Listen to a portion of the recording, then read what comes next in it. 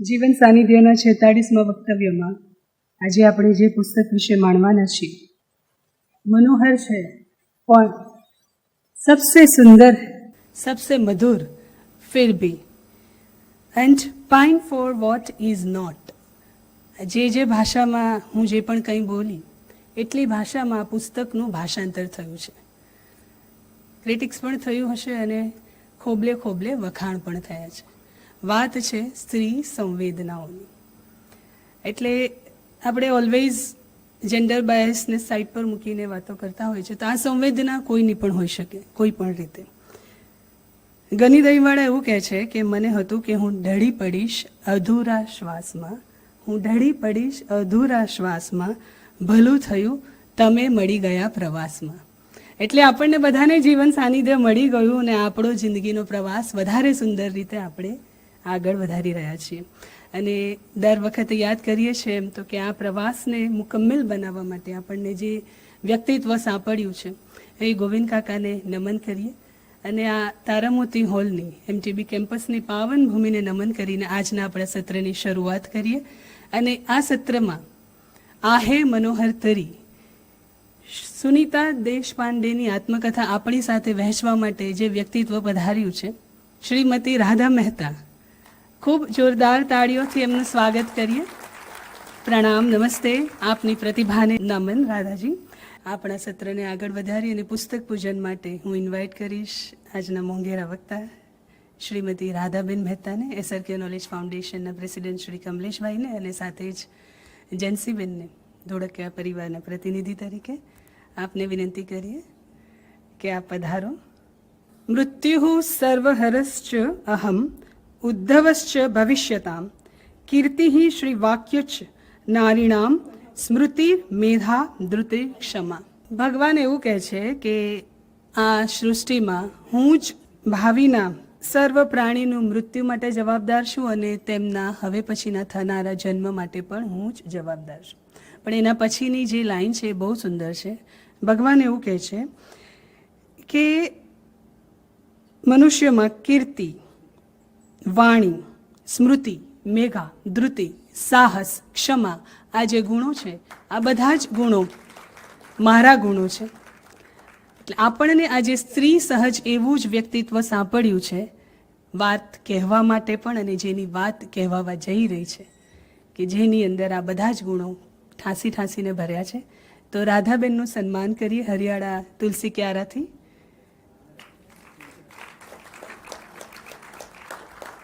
નાનકડો એમનો પરિચય આપું તો ગિરનાર જુનાગઢના રહેવાસી, 3 વર્ષની ઉંમરે જેમણે પબ્લિક સ્પીકર તરીકે પોતાનું કાર્ય શરૂ કર્યું. 3 વર્ષની ઉંમરે તો કોઈ ગોલ હોય નહીં, એટલે એમની પોતાની આગવી સહજ સરળ પ્રતિભા એમને આ ક્ષેત્રમાં લઈ આવી. ઓરેટર તરીકે કાર્યરત છે, પબ્લિક સ્પીકર તરીકે કાર્યરત છે, કીનોટ સ્પીકર તરીકે રાધાજી આપે ઘણું સુંદર કામ કર્યું છે અને કરી રહ્યા છો. માસ્ટર્સ ઇન સંસ્કૃતની ઉપાધિ મેળવેલ છે અને વેદાંતમાં સ્પેશિયલાઇઝેશન એમણે કર્યું છે. PhD સ્કોલર છે. એન્શિયન્ટ સ્ક્રિપ્ચર ઉપર આપ શ્રી કાર્ય કરી રહ્યા છો અને નાનપણથી જ એવું કહી શકાય કે જાણે એમની જે શૈક્ષણિક કારકિર્દી હતી તે વખતના બધા જ ગોલ્ડ મેડલ એમના નામે થયા છે. તો આવું સુંદર વ્યક્તિત્વ જ્યારે આપણને સાંપડ્યું છે, સોશિયલ બાબતો હોય, રિલિજિયસ બાબતો હોય, પોલિટિકલ બાબતો હોય, દરેક બાબત પર એમનું મંતવ્ય એ આપે એટલું ગહન એમનું જ્ઞાન છે. સતત વાંચતા રહે છે, વિહરતા રહે છે. બાળકોને શ્રીમદ ભગવદ્ ગીતા, વેદ, ઉપનિષદના પાઠ ભણાવે છે. સાથે સાથે હિન્દી, ઇંગ્લિશ, સંસ્કૃત, પ્રાકૃત આ દરેક ભાષા ઉપર આગવું પ્રભુત્વ ધરાવે છે. એટલે વધારે ન કહેતા આ સોલ ઓફ સ્ટોરી ટેલર અને કૃષ્ણને જે પ્રિય છે એવું જ એમનું નામ છે એવા રાધા મહેતાને આમંત્રિત કરીએ કે આપ શ્રી આવો અને આહે મનોહર તરી અમારી સાથે વહેંચો. પધારો. નમસ્કાર. આ સભાગારમાં ઉપસ્થિત અભિરુચિ સંપન્ન, સકલ વિદ્યા સંપન્ન વિદ્વજ્જનોને ગિરિવર ગિરનારની દુહિતા રાધા મહેતાના શત શત વંદન. આ શબ્દો શરૂઆતમાં જે મેં વાપર્યા એ આમ તો મારા નથી, એ પૂલ દેશપાંડેના છે. કારણ કે એમણે એકવાર કહેલું કે સામે પબ્લિક બેઠી છે તો પુલોએ કહ્યું કે આ અભિરુચિ સંપન્ન સકલ વિદ્યા સંપન્ન વિદ્વતજનોને પબ્લિક ન કહેવાય. પબ્લિક એને કહેવાય કે જે મારામારી થાય, આપઘાત કોઈ કરે ત્યારે જોવા ભેગી થઈ હોય પણ પંચનામા વખતે ભાગી જાય, એને પબ્લિક કહેવાય. આ વિદ્વતજનોની સભા કહેવાય. વિદ્વતજનોની સભામાં કદાચ આ સિરીઝમાં પહેલી વખત એવું થયું હશે કે આપણે પુસ્તક એક લીધું છે પણ આપણે વાત મુખ્યત્વે કોઈ બીજી વ્યક્તિની કરવી છે. આપણે પુસ્તક લીધું છે શ્રી સુનિતા દેશપાંડેએ લખેલું આ હે મનોહર તરી. છે મનોહર છતાં પણ આ અધ્યાહાર વાળું જે નામ છે એ એમની આત્મકથાનું શીર્ષક છે. આ પુસ્તક આપણે શું કામ લેવાનું થયું? કારણ કે આપણે વાત કરવી છે પુલ દેશપાંડે વિશે અને એમણે તો પોતે આત્મકથા લખી જ નથી. તો પછી એમના જીવનને સૌથી નજીકથી જોનાર વ્યક્તિ એમના અર્ધાંગીની સિવાય બીજું કોણ હોય? માટે પુસ્તક છે સુનિતા દેશપાંડેની આત્મકથા આ હે મનોહર તરી. અને એમાં ફાયદા બે છે. કારણ કે એક સ્ત્રી તરીકે એમણે જ્યારે આત્મકથા લખી તો એ આત્મકથા એમણે માત્ર ને માત્ર પુલ દેશપાંડેની ધર્મપત્ની આ એક લેબલથી નથી લખી. એમણે એમાં પુલ સિવાયના પોતાના જીવનને પણ વણેલું છે. એમણે બહુ જ વ્યવસ્થિત રીતે પોતાની આત્મકથા જ લખી છે. એમાંથી આપણે પુલને શોધ્યા છે. એટલે એમણે માત્ર પુલ પર લખેલું પુસ્તક આ નથી. એટલે આપણે વાત કરવી છે મુખ્યત્વે પુલ દેશપાંડેની. પુસ્તકનો આપણી પાસે જે નિમિત્ત છે આહે મનોહર તરી સુનિતા દેશપાંડેનું. અને ખાંડેકર રાવ સાહેબે એક બહુ જ સરસ વાત કહેલી કે સુનિતા દેશપાંડે જે કામ કરેલું છે ને એ સાડીના પાલવ નીચે ઢાંકીને દીવો લાવવા જેવું કામ છે. એક સાહિત્યકારના પત્ની તરીકે, એક દિગ્ગજ કલાકારના પત્ની તરીકે એમણે પોતાનું આખું જીવન એવી રીતે વિતાવ્યું કે જ્યારે પાલવ નીચે જાણે કોઈ વ્યક્તિ દીવો લાવતી હોય તો એ દીવો ઓલવાઈ પણ ન જવો જોઈએ અને પાલવ ભડભડ બળવો પણ ન જોઈએ. આ કપરું કામ, આ બેલેન્સ એમણે પાર પાડ્યું છે. અને માટે આ કદાચ પુલ દેશપાંડે કરતા પણ વિશેષ ટ્રિબ્યુટ સુનિતાજી માટે હશે, સુનિતાબાઈ માટે હશે. આખું મહારાષ્ટ્ર જેમને લાડથી સુનિતાબાઈ કહે છે. પુલ દેશપાંડે મરાઠી સાહિત્યનું સૌથી દિગ્ગજ નામ એવું કહું તો એમાં બહુ વધારે અતિશયોક્તિ નહીં હોય. એમની સમકક્ષ બીજા ઘણા સાહિત્યકારો આપણને મળશે, પણ કલાપક્ષ અને ભાવપક્ષ ક્રિટિકલી એક્લેમ્ડ અને લોકચાહના મેળવેલા આ બંને ક્ષેત્ર કે બંને પાસાઓને જો સાથે લઈને ચાલીએ તો Pu La Deshpande is a legend, is an icon. હવે આ વાત એક મરાઠી પુસ્તક સાથે કરવાનું સાહસ મેં શું કામ ખેડ્યું એની એક નાનકડી વાત કે મેં મારું માસ્ટર્સ પુણેથી કર્યું. સ્નાતક સુધીનો મારો અભ્યાસ ગુજરાતી માધ્યમમાં થયો. પછી મેં પુણે યુનિવર્સિટીમાં સંસ્કૃત વિભાગમાં એડમિશન લીધું. એટલે મારા લેક્ચર્સ કાં તો સંસ્કૃતમાં ચાલે અને કાં તો મરાઠીમાં ચાલે. એટલે શરૂઆતના થોડા સમય સુધી તો હું આમ બાઘાની જેમ બેસી રહું અને મારા કાને જે શબ્દો પડે મરાઠીના એ ગોખે રાખું. પછી ઘરે જઈને એના અર્થ જોઉં. ચાલુ ક્લાસમાં ગૂગલ થાય નહીં. હજી એટલીસ્ટ અમે તો એ પેઢીમાં મોટા થયા કે ચાલુ ક્લાસે ગૂગલ નહોતા કરતા. અને એવી રીતે ધીમે ધીમે મને મરાઠીની ચવ લાગી. આપણે જેને ચટકો લાગ્યો કહીએ ને ગુજરાતીમાં, એવું મરાઠીમાં મને એની ચવ લાગી. અને મરાઠી શીખ્યાના સૌથી મોટા ફાયદાઓમાંના કોઈ ફાયદા હોય કે મને મળેલા લાહવા હોય તો એ છે મરાઠી સંત સાહિત્ય અને પુલ દેશપાંડે. મરાઠી સંત સાહિત્યમાં સંત જ્ઞાનેશ્વર મહારાજ, સંત તુકારામ મહારાજ, એમના અભંગો અને સમર્થ સ્વામી એમનું સાહિત્ય, આ બધા પછી હળવાશ ભરેલું કંઈક વાંચવું હોય, તાજગી ભરેલું કંઈક વાંચવું હોય, કંઈક સાંભળવું હોય તો આપણી પાસે છે પુલ દેશપાંડે. નામ આટલું લેજેન્ડરી શા માટે છે? કારણ કે પુલનું યોગદાન કેટલા ક્ષેત્રોમાં છે એ ગણી પણ શકાય એમ નથી.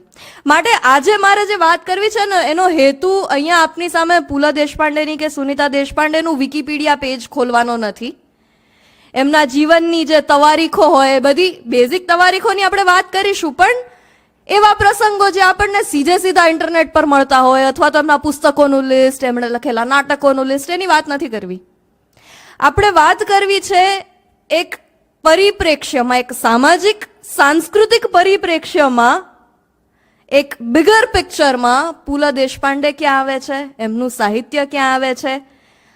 પુલને લગભગ શતાબ્દી થઈ ગઈ, એમના જન્મને તો થઈ જ ગઈ, પણ એમના સાહિત્ય સર્જનને પણ શતાબ્દી થવા આવશે. ત્યારે પણ આજની તારીખે મહારાષ્ટ્રમાં પુલા દેશપાંડેનું સ્થાન શું છે, નવી પેઢી એને કઈ રીતે જોવે છે, વાત આપણે આ બધા વિષયોની કરવી છે. તો પુલા દેશપાંડેનો જન્મ 1919માં થયો. એ પછી એમનું ઘરનું વાતાવરણ it was way ahead of time. એમના સમય કરતા લોકો યુઝ્યુઅલી દાયકો વહેલા જન્મે, 20 વર્ષ 25 વર્ષ વહેલા જન્મે. પુલા એકમાત્ર નહીં, પુલાનો આખો પરિવાર લગભગ 100 વર્ષ વહેલા જન્મી ગયા, આવું કહી શકાય. કારણ કે તમે વિચાર કરો કે 1919નો સમાજ, 1919ને આપણે હિસ્ટોરિકલી કમ્પેર કરીએ તો જલિયાવાલા બાગ હત્યાકાંડ થયો એ વખતનો સમાજ. એ સમયે પુલા દેશપાંડે એક એવા ઘરમાં જન્મેલા કે જ્યાં સંસ્કૃતિ હતી, જ્યાં કલા હતી, પણ કોઈ જ જાતની રૂઢિચુસ્તતા નહોતી. સુનિતા દેશપાંડે પોતાના પુસ્તકમાં લખે છે કે હું જ્યારે મારા પિયરમાં હતી તો એક ભારતીય ઘરોમાં જે પ્રકારનું માળખું હોય એ પ્રકારનું માળખું મારા ઘરોમાં હતું. મારી મમ્મી બહુ ધાર્મિક હતી. અમારે વારંવાર મહારાષ્ટ્રમાં તો આજની તારીખે બહુ જ બધા પ્રસંગો, બહુ જ બધી ધાર્મિક વિધિઓ બહુ જ સરસ રીતે જળવાય છે, ઉજવાય છે. તો એ સમયે તો ઘણું રૂઢિચુસ્ત રીતે ઉજવાતું હોય અને જળવાતું હોય. પીરિયડ્સના દિવસોમાં અમુક પ્રકારનું જે પાળવાનો નિત્યક્રમ ચાલતો હોય એ બધો એમના ઘરમાં હતો. એ લગ્ન પછી પુલાના ઘરમાં આવ્યા ત્યાં આવી કોઈ પ્રથા જ નહોતી. એ સમયે પુલા દેશપાંડેના મમ્મી she was so liberal, so forward કે એ હાઇજીનની દ્રષ્ટિએ જેટલી માન્ય જાળવવાની થાય એટલી જાળવતા, પણ બાકી પીરિયડ્સમાં હોઈએ ત્યારે રસોડામાં ન પ્રવેશી શકાય વગેરે જેવા નિયમો એમના ઘરમાં નહોતા. બાળપણથી જ કલા, સંગીત, સાહિત્ય આનો વારસો પુલાને મળેલો. પુલા દેશપાંડેના નાના એ વ્યક્તિ છે જેમણે રવિન્દ્રનાથ ટાગોરની ગીતાંજલિનું મરાઠીમાં ભાષાંતર કરેલું છે, અભંગ ગીતાંજલિના નામે. એટલે 3 પેઢીનો વારસો, અને કદાચ એ પહેલાનો પણ વારસો હશે, એ ઘરમાં ચાલ્યો આવે છે. નાનપણથી ઘરમાં આખો દિવસ રેડિયોનો જ્યારથી જમાનો આવ્યો ત્યારથી રેડિયો ચાલતો હોય, સંગીતના જેટલા પણ માધ્યમો એ સમયમાં ઉપલબ્ધ હોય એ બધા ચાલતા હોય. આ વાતાવરણમાં પુલા દેશપાંડે મોટા થયા. એમના પપ્પાનું અવસાન એ કોલેજમાં હતા ત્યારે થઈ ચૂક્યું હતું. એના કારણે ઘણી બધી જવાબદારીઓ એમના ઉપર જલ્દીથી આવી. પુણેની ફર્ગ્યુસન કોલેજમાંથી એમણે BA કર્યું. એ પછી એમણે ગવર્મેન્ટ લો કોલેજ મુંબઈમાંથી LLB પણ કર્યું, અને પછી સાંગલીની કોલેજમાંથી એમણે MA પૂરું કર્યું. એ પછી એમનું મુખ્ય કામ શિક્ષક તરીકેનું રહ્યું. એ શાળામાં શિક્ષક તરીકે જોડાયા, અને શિક્ષક તરીકેની કારકિર્દી જેમની એટલી લેજેન્ડરી છે, મહારાષ્ટ્રના કેટલા દિગ્ગજોને એમણે બાળક તરીકે ભણાવેલા છે. એમાંથી કેટલાક નામ એટલે બાલા ઠાકરે પોતે. એ પોતે પોતાના સંસ્મરણોમાં એક શિક્ષક તરીકે પુલાને યાદ કરે છે. એ પછી જેમણે અમરચિત્ર કથા શરૂ કરાવી એ પુલાના શિષ્ય. એટલે એક શિક્ષક તરીકે પણ એમણે વંટોળ લાવી દે એવા વિચાર બીજ રોપ્યા. અને એ પછી એમની કારકિર્દી એટલા બધા પાસાઓમાં, એટલી બધી શાખાઓમાં વહેંચાતી ગઈ કે પુલા કબીરવડ થઈ ગયા. પુલાએ પદાર્પણ કર્યું રેડિયોના ક્ષેત્રોમાં, આકાશવાણીમાં જોડાયા, ઓલ ઇન્ડિયા રેડિયો સાથે કામ કરતા, પ્રોડ્યુસર તરીકે પણ કામ કરતા, શો ડિઝાઇનિંગ વગેરે વગેરે. સાથે સાથે સંચાલક તરીકે, અને આજની જનરેશન જેને પોડકાસ્ટર કહે છે એ તરીકે પણ એ કામ કરતા. એ પછી જ્યારે ટીવીનો સમય આવ્યો ત્યારે ટીવી પર પણ એમણે અનેક કાર્યક્રમો આપ્યા, અનેક ટોક શો, અનેક સંવાદો એમણે હોસ્ટ કર્યા. અને આઝાદ ભારતના વડાપ્રધાન તરીકે શ્રી જવાહરલાલ નહેરુએ સૌથી પહેલો પોડકાસ્ટ પુલા દેશપાંડે સાથે આપેલો. એમનો સૌથી પહેલો ઇન્ટરવ્યૂ લેનાર એ પુલા દેશપાંડે હતા. એ સમયની પણ એ સ્થિતિ કેવી હશે જ્યારે આ PR મેનેજમેન્ટ અથવા તો પબ્લિક ઇમેજ, પબ્લિક સ્પીકિંગ, આ બધા ક્ષેત્રો એક્ઝિસ્ટ જ નહોતા કરતા, કારણ કે ટીવી અને એની દૂરોગામી અસરો વિશે આપણે માહિતગાર જ નહોતા. એટલે એ સમયે એક દેશ જે નવો આઝાદ થયો છે, જ્યાં ભયાનક અફરાતફરી ચાલી રહી છે, કોણ જાણે કેટલા પ્રશ્નો એ દેશની સામે છે, એ દેશના વડાપ્રધાન પહેલી વાર ટીવી પર આવવા જઈ રહ્યા છે. એટલે એના કિસ્સાઓમાં નોંધાયેલું છે કે જવાહરલાલ નહેરુ પોતે ઘણા કોન્શિયસ હતા, ઘણા નર્વસ હતા. અને એ સમયે જે ટીવીના શોઝ આવતા એ બહુ સિરિયસ શોઝ આવતા, ત્યારે એટલી હળવાશ ભરેલી વાતો સીધી વડાપ્રધાન સાથે ન થઈ શકતી ટીવી ઉપર, જે બહુ સ્વાભાવિક વસ્તુ છે. અને છતાં પુલા બીઈંગ પુલા હિમસેલ્ફ એમણે હળવાશ ભરેલા જોક્સથી અને રમૂજથી એ ટોક શોની શરૂઆત કરી કે આપણા બંને માટે ટીવી ઉપર પહેલો ટોક શો છે, એટલે આપણે બંને ફંબલ તો કરીશું, જે આપણે ઓડિયન્સને પહેલેથી કહી દઈએ અને પછી આગળ ચાલીએ. અને નહેરુ પણ આ વાતે હસી પડ્યા અને પછી બહુ જ સ્મૂધ રીતે આખો ટોક શો પૂરો થયો. પણ એક માણસને કઈ રીતે પોતાના ઝોનમાં કમ્ફર્ટેબલ કરવા એ આવડત પુલામાં હતી, અને એ કદાચ બહુ જ મોટી વસ્તુ છે. અને કદાચ આ જ વાતે એમના જીવનનો સર્વશ્રેષ્ઠ ભાગ, સર્વશ્રેષ્ઠ પાસું ઘડ્યું, અને એ છે હાસ્ય સાહિત્યકાર તરીકે પુલા. અત્યારે આપણે પુલા દેશપાંડેનું નામ જોઈએ એટલે પુલા એટલે હાસ્ય સાહિત્યકાર. પુલા એટલે જેમણે કોણ જાણે કેટલા વ્યંગ ચિત્રો આપ્યા, વ્યંગ કથાઓ આપી. એમણે લખેલું એક પુસ્તક અસામી અસામી, આવો હું આવો જ હું. આ પુસ્તક ઘણા બધા લોકોને એવું લાગે છે કે એમની આત્મકથા છે, જ્યારે કે it is a fictional biography. એમણે એક કાલ્પનિક પાત્રની કાલ્પનિક આત્મકથા લખી છે. આ સાહિત્ય પ્રકાર આજના સમયમાં પણ ઘણો ઓછો ખેડાયેલો છે. એ સાહિત્ય પ્રકારને લગભગ 100 વર્ષ પહેલાં ખેડી ચૂકેલા સાહિત્યકાર એ પુલા દેશપાંડે. અને એ સિવાય એમણે લખેલા કોણ જાણે કેટલા વ્યંગચિત્રો, હાસ્ય ચિત્રો આજની તારીખે મહારાષ્ટ્રમાં બેસ્ટ સેલર પુસ્તકો છે. એ બધાના કોણ જાણે કેટલી ભાષાઓમાં ભાષાંતર થયેલા છે, જેમ કે બટાટ્યાથી ચાળ, તો એ ગુજરાતીમાં પણ એ પુસ્તક પ્રાપ્ય છે. આહે મનોહર તરી ગુજરાતીમાં પ્રાપ્ય છે. પણ એ સિવાય પુલાના ઘણા બધા હાસ્ય સાહિત્યના પુસ્તકો ગુજરાતી, હિન્દી, અંગ્રેજી અને ભારતની બીજી ઘણી બધી ભાષાઓમાં પ્રાપ્ય છે. સૌથી વધારે રિવોલ્યુશનરી વસ્તુ જે પુલા દેશપાંડેએ કરી એ હાસ્ય સાહિત્ય લખવાની નહોતી, હાસ્ય સાહિત્ય પીરસવાની કરી. He was the soul of a story teller. એ કહેતા કે એક પુસ્તક જ્યારે કોઈ વ્યક્તિ વાંચવા લે ત્યારે એને પુસ્તક વાંચે છે એવું ન લાગવું જોઈએ. એને એવું લાગવું જોઈએ કે કોઈ એને વાત કહી રહ્યું છે. માટે એમણે પોતાના બધા જ પુસ્તકો એવી રીતે લખ્યા જેમાં આપણને જાણે એવું લાગે કે પુલા આપણી પાસે આવી, આપણી બાજુમાં બેસીને બોલી રહ્યા છે, આપણને કંઈક કહી રહ્યા છે. આ રીતે એમણે બધા પુસ્તકો લખ્યા. પુસ્તકના વિષયો ખૂબ વૈવિધ્યસભર, પણ એમાં અમુક વસ્તુ કોમન હતી.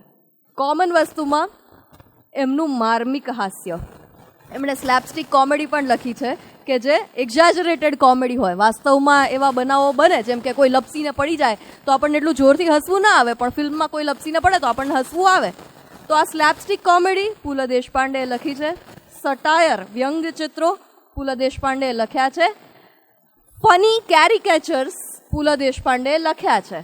અને મોટાભાગના એમના પાત્રો કાલ્પનિક પણ છે, છતાં કેટલાક પાત્રો વાસ્તવિક પણ છે, અને કેટલાક પાત્રો માટે આપણે વિચારતા જ રહી જઈએ કે આ પાત્ર વાસ્તવિક છે કે કાલ્પનિક છે. એવી રીતે પણ એમણે આ લખ્યા છે. આ બધા પાત્રોને લખી અને ગજબના કામ એમણે કર્યું એ પાત્રોને પુસ્તકોમાંથી બહાર કાઢી અને સ્ટેજ ઉપર લાવવાનું. પુલા દેશપાંડે કદાચ ભારત વર્ષના સૌથી પહેલા સ્ટેન્ડઅપ કોમેડિયન હશે. અને આ વસ્તુ આજના સમયના જે સ્ટેન્ડઅપ કોમેડિયન્સ છે એ પણ સ્વીકારે છે. ઝાકિર ખાનનું નામ નવી પેઢી માટે તો ખૂબ જાણીતું છે જ, તમારામાંથી પણ કદાચ ઘણા બધા એ નામથી પરિચિત હશે. અત્યારે સ્ટેન્ડઅપ કોમેડીના એરામાં, સ્ટેન્ડઅપ કોમેડીના ક્ષેત્રમાં સૌથી આગળ પડતું નામ ગણાય એ ઝાકિર ખાન છે. એમણે પણ કહેલું છે કે નરેટિવ કોમેડી, તમે કોઈ એક કિસ્સો કહી રહ્યા છો પોતાના જીવનનો સ્ટેજ ઉપરથી, તો એ જાણે વાર્તા પણ છે અને એ જાણે હાસ્યરસ પણ પીરસાઈ રહ્યો છે, સ્ટેન્ડઅપ કોમેડી પણ છે. આ સાહિત્ય પ્રકારની શરૂઆત પુલા દેશપાંડે કરી અને હું એમનાથી ઘણો વધારે ઇન્સ્પાયર્ડ છું. એટલે આજની જનરેશન જે બહુ જ સમય પછી સ્ટેન્ડઅપ કોમેડી સુધી પહોંચી, એ સ્ટેન્ડઅપ કોમેડીનો ભારતમાં પાયો નાખનાર એ પુલા દેશપાંડે છે. તો ઘણી બધી વાર પુલા સીધું જ વાંચન અથવા પઠન કરતા.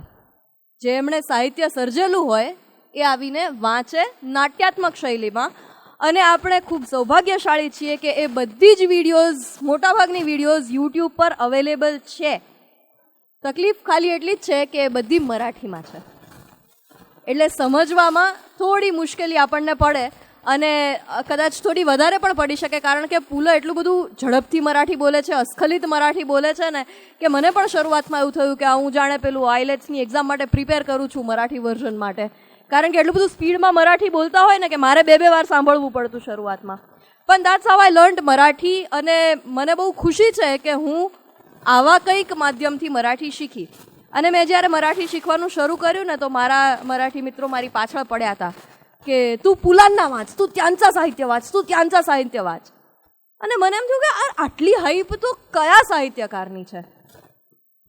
મેં પુસ્તક એમના એક બે હાથમાં લીધા ને પછી મૂકી દીધા, કારણ કે નહોતું સમજાતું હજી મને ત્યારે એટલું મરાઠી. હજી પણ એવું થાય કે મારે એમનું અમુક હાસ્ય સમજવા માટે ક્યારેક મારા ફ્રેન્ડ્સને મેસેજ કરવો પડે જો સીધું જ મરાઠીમાં સમજવું હોય તો, કારણ કે એક તો 100 વર્ષ પહેલાંની મરાઠી પણ એમાં હોય, ત્યારના સાંસ્કૃતિક પરિપ્રેક્ષ્ય હોય, ત્યારના કેટલાક મરાઠી રીત રિવાજો એવા હોય જે આપણને ખબર જ ન હોય. એટલે આજની તારીખે મારે પુલનું સાહિત્ય પણ વાંચવું હોય તો ક્યારેક અભ્યાસ કરતી હોઉં એવું લાગે છે મને, છતાં પણ ક્યારેય એનો ભાર નથી લાગતો, કારણ કે પુલ દેશપાંડે હંમેશા રોજબરોજના પાત્રને આલેખ્યા છે.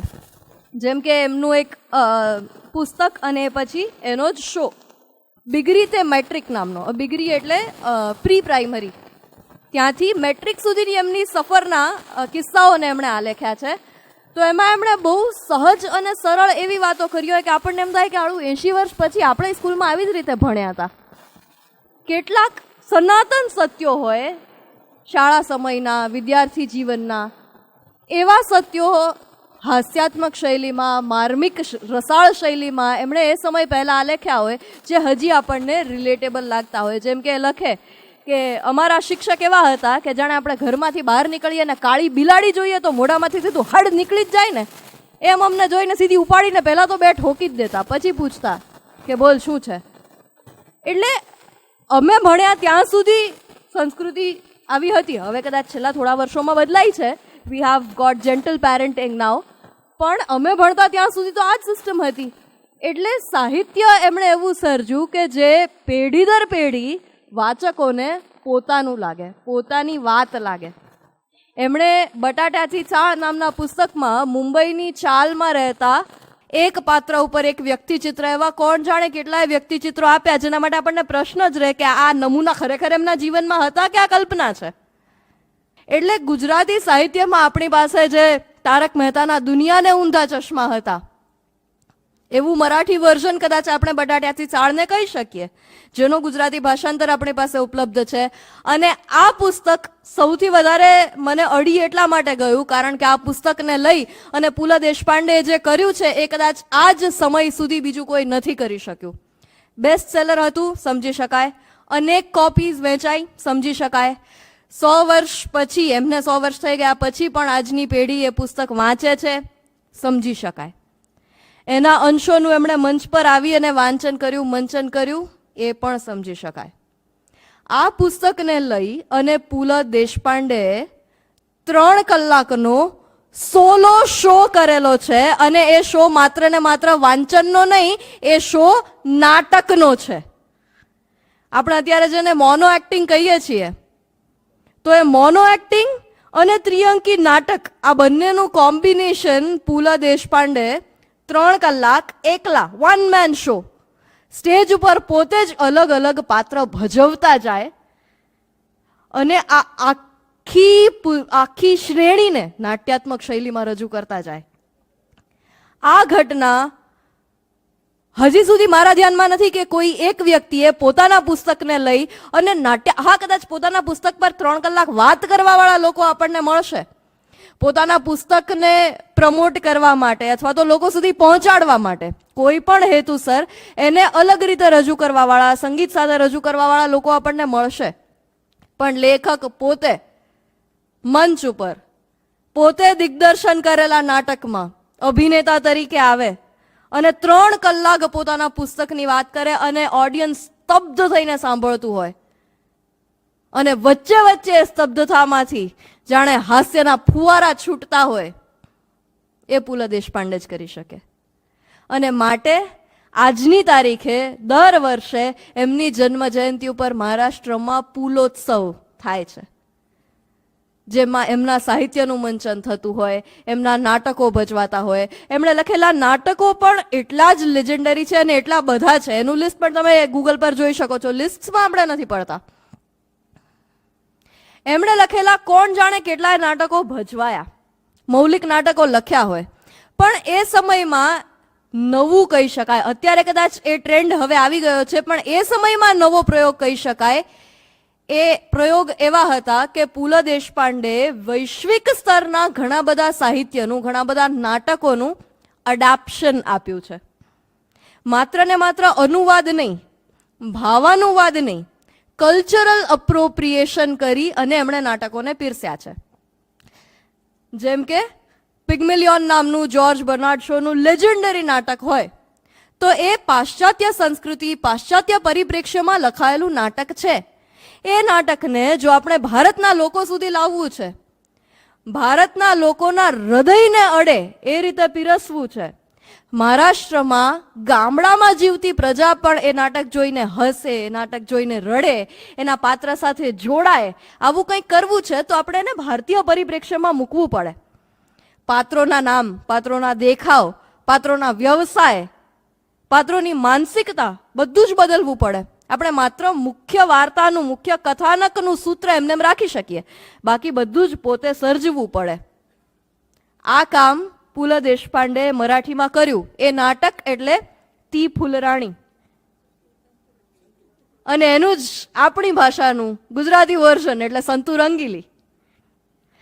તી ફૂલરાણી સંતુ રંગીલીના ઘણા સમય પહેલાથી આવ્યું, એટલે એવું માનવામાં પણ જરા પણ ખચકાટ નથી કે સંતુ રંગીલીને બહુ મોટો આધાર તી ફૂલરાણીનો હશે જ.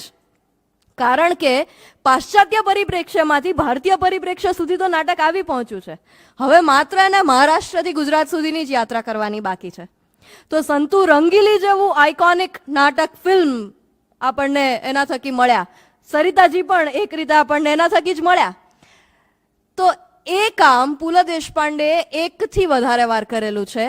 અને આ કલ્ચરલ અપ્રોપ્રિએશન એ સમયમાં લાવવું એ વધારે મુશ્કેલ વાત એટલા માટે હતી, કારણ કે પ્રવાસ, મીડિયા આ બધું આજ જેટલું સહજ અને સરળ નહોતું. ત્યાંના લોકોની માનસિકતા અને ત્યાંનું સાહિત્ય, અહીંયાના લોકોની માનસિકતા અને અહીંનું સાહિત્ય, આ બંનેનું અનુસંધાન કરી શકવું એટલી સહેલી વસ્તુ નહોતી. પુલ દેશપાંડેના સદનસીબે ભારત સરકાર વતી જેમણે અનેક કાર્યક્રમોમાં ભાગ લીધો, અનેક જગ્યાએ દેશને રિપ્રેઝેન્ટ કર્યો, એના કારણે એમણે વિદેશ પ્રવાસ પણ બહુ જ કર્યા. અને એ વિદેશ પ્રવાસનું વર્ણન પણ પુસ્તકો સ્વરૂપે લખ્યું, જ્યાં છે ત્યાં છે દેશ. આ બધા પ્રવાસ વર્ણનો પણ એમણે એટલી હળવાશની શૈલીથી લખ્યા છે. પ્રવાસ વર્ણનોમાં પોતાને પડેલી મુશ્કેલીઓ અને પોતે કરેલા ભગા એ પણ એમણે એટલી હળવાશથી લખ્યા છે. અને પુલ દેશપાંડે એક વાત બહુ જ સરસ રીતે સ્વીકારે છે કે હાસ્ય એ છે જ્યાં વ્યક્તિ પોતાની જાત ઉપર હસી શકે. બીજા પર હસવાવાળા, બીજાને ઉતારી પાડવાવાળા ઘણા મળશે, પણ જ્યારે વ્યક્તિ પોતાની ભૂલો પર હસી શકે, પોતાની જાત પર હસી શકે, ત્યારે એણે હાસ્ય રસને પચાવ્યો કહેવાય. કારણ કે પોતાની જાત પર હસી શકવું એ પ્રૂફ છે, સાબિતી છે કે વ્યક્તિના સ્વભાવમાં જ એ હળવાશ અને નરમાશ છે. આ હળવાશ અને નરમાશ લઈ અને પુલ દેશપાંડે અવતર્યા. જન્મ્યા એવું હું નથી જ કહેતી, અવતર્યા એવું જ કહીશ. સાહિત્ય, નાટક ત્યાં સુધી તો આપણે આવ્યા. બાળપણમાં એમને સંગીતનો એટલો બધો પરિચય, એટલે એમને પેટી વગાડવાનો બાળપણથી એટલો બધો શોખ. શરૂઆતનો સમય, કારકિર્દીનો સમય એ મુંબઈમાં રહ્યા અને વિલે પાર્લેમાં આજની તારીખે એમનું ઘર ત્ર્યંબક સદન તરીકે એક મેમોરિયલ તરીકે સચવાયેલું છે.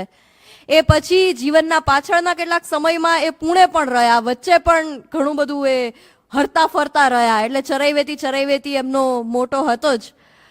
આ બધા જ સમય દરમિયાન એમનું એક કોન્સ્ટન્ટ કમ્પેનિયન, હંમેશનું સાથી કોઈ હોય તો એ સંગીત હતું. પુલ એમ કહે છે કે जगायला आपल्याला व्यवसाय लागतो. जीववा માટે આપણને એક વ્યવસાયની જરૂર પડે, પણ का जगायचं, શા માટે જીવવું, त्याच्यासाठी संगीत लागतं. એના માટે સંગીત જોઈએ. પુલાએ વ્યવસાય ઘણા બધા કર્યા, બદલ્યા, એક સાથે ઘણા બધા વ્યવસાયમાં ઝંપલાવ્યું અને બધામાં એક્સેલ કર્યું. પણ આ બધામાં એમનું એક કોન્સ્ટન્ટ કમ્પેનિયન પેશન સંગીત હંમેશાથી રહ્યું.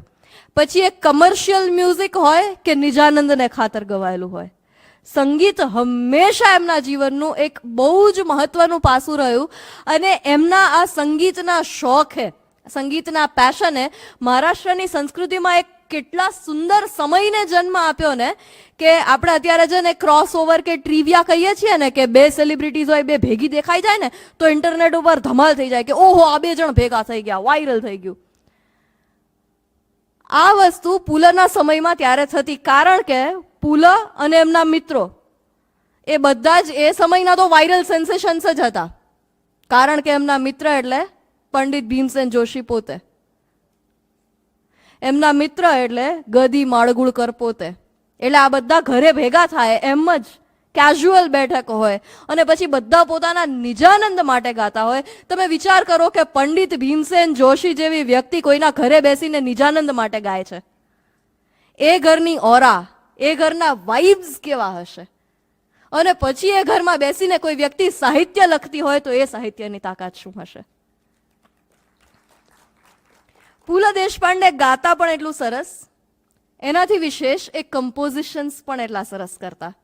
એમણે કમ્પોઝ કરેલું એક ગીત જે પંડિત ભીમસેન જોશીજીએ જ ગાયેલું છે, ઇન્દ્રાયણી કાઠી માઝા દેવાચી આળંદી.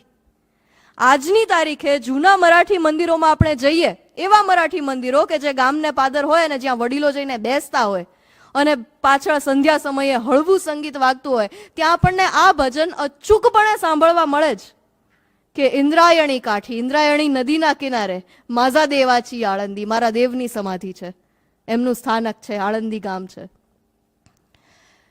એવા જેમ્સ એમણે સંગીતમાં પણ આપ્યા છે અને એમણે કમ્પોઝ ઘણી બધી ફિલ્મ્સ માટે પણ સંગીત કરેલું છે અને એ બધા ગીતો આજની તારીખે મરાઠી સાહિત્યમાં અમર છે. મને કહેતા ક્યારેક દુઃખ પણ થાય કે આપણે ગુજરાતમાં, હું નાની હતી ત્યારે એ કલ્ચર હતું કે નાઇટ આવે. અમારે જુનાગઢમાં ટાઉન હોલમાં એવી નાઇટ આવતી જેમાં રફી સાહેબના ગીતો ગવાતા હોય કે કિશોર કુમાર કે લતાજી કે કોઈ એક આર્ટિસ્ટને લઈ અને આખી નાઇટ હોય, કોઈ એક બીજા આર્ટિસ્ટ એમના ગીતો ગાતા હોય. હવે ધીમે ધીમે એ ચલણ ઓછું થતું જાય છે. મેઇન સ્ટ્રીમ એન્ટરટેનમેન્ટ નથી રહ્યું આપણા માટે. મેઇન સ્ટ્રીમ એન્ટરટેનમેન્ટ હવે કોન્સર્ટ્સ જ છે. પણ મહારાષ્ટ્રમાં આજની તારીખે આ કન્સેપ્ટ છે, આ સંસ્કૃતિ છે અને આ રીતે કલા જીવે છે. અને આ રીતે જ્યાં કલા જીવે છે ત્યાં માત્ર ને માત્ર હમારે જમાને કે ગીત સાંભળવા વાળા લોકો નથી આવતા. પોતાના જમાનાનો નોસ્ટાલ્જિયા મળતો હોય એટલે વડીલો આવતા હોય, માત્ર ને માત્ર આવું નથી. એમાં જઈ અને અંડર ગ્રેજ્યુએટ સ્ટુડન્ટ્સ પણ બેસે છે, પોસ્ટ ગ્રેજ્યુએટ સ્ટુડન્ટ્સ પણ બેસે છે અને એ લોકો માટે એક પ્લાન છે. મહિના પહેલા એમણે પોતાના ગૂગલ કેલેન્ડરમાં લખેલું હોય છે કે આ દિવસે આપણે આ વ્યક્તિના ગીતોની નાઇટમાં જઈશું. તો આ રીતે પણ પુલનું સંગીત હજી મહારાષ્ટ્રમાં જીવે છે અને માટે એક સાહિત્યકાર તરીકે એમની લેગસી એ તો ઉત્કૃષ્ટ છે જ, પણ એમને મળેલા પ્રેક્ષકોની લેગસી પણ એટલી ઉત્કૃષ્ટ છે. કારણ કે કલા છે ભોજ્ય મીઠી. પ્રેક્ષકો મળી રહેશે, શ્રાવકો મળી રહેશે તો કલા એ રીતે જીવતી રહેશે અને મહારાષ્ટ્રએ બહુ જ સુંદર રીતે સાચવ્યું છે. પુલ દેશપાંડેએ પોતાના મંચ, નાટક, સંગીત આ બધા માટેના પ્રેમને વશ થઈ અને પુણેમાં એક બહુ આઇકોનિક કામ કર્યું અને એ છે બાલ ગંધર્વ રંગ મંદિરની સ્થાપના કરાવવાનું. જે લોકો નાટ્ય જગત સાથે જોડાયેલા છે એમને ખ્યાલ હશે કે આજની તારીખે એ નાટ્ય મંદિરમાં પરફોર્મ કરવું એ એક ગૌરવની ક્ષણ હોતી હોય છે કલાકારો માટે. અને પુણેમાં પેઠના, એટલે કે આપણે અહીંયા અમદાવાદમાં જે પોળનો એરિયા કહેવાય એવા પુણેના પેઠના એરિયામાં એ બાલ ગંધર્વ રંગમંદિર છે, એ નાટ્યગૃહ છે અને આજની તારીખે ધમધમે છે. એટલે ત્યાં સુધી કે હું પુણે ગઈ ત્યારે મને એના વિશે બહુ નહોતો ખ્યાલ, તો મારા મિત્રોને ખોટું લાગી ગયું કે બાલ ગંધર્વ રંગમંદિર કેવી રીતે નથી ખબર તને એમ. એટલે એટલી હદે એમના માટે એ ગૌરવની વસ્તુ છે અને એની સ્થાપના કરવામાં પુલ દેશપાંડેનો બહુ જ મોટો ફાળો રહ્યો છે. કારણ કે શ્રી બાલ ગંધર્વ એમના સંગીતના ગુરુ હતા. એટલે માટે એમને ટ્રિબ્યુટ આપવા માટે એમણે એ નાટ્ય મંદિર ખોલાવ્યું. અને આજની તારીખે ત્યાં મરાઠી નાટકો તો ભરપૂર પ્રમાણમાં થાય છે, હિન્દી નાટકો થાય છે, ક્યારેક ક્યારેક મુંબઈના ગુજરાતી નાટકો પણ ત્યાં થાય છે, અને જે ગુજરાતમાં મેં આજ સુધી થતા નથી જોયું એ સંસ્કૃત નાટકો પણ થાય છે. અને સંસ્કૃત નાટકો એટલે આપણને એમ થાય કે મહાકવિ કાલિદાસ કે મહાકવિ ભારવી કે એ બધાના નાટકો, પૌરાણિક નાટકો આ બધું થતું હશે. નહીં, મોડર્ન સંસ્કૃત ડ્રામા થાય છે, જેમાં સ્લેપસ્ટિક કોમેડી હોય, હેરાફેરી જેવા કેરેક્ટર્સ હોય,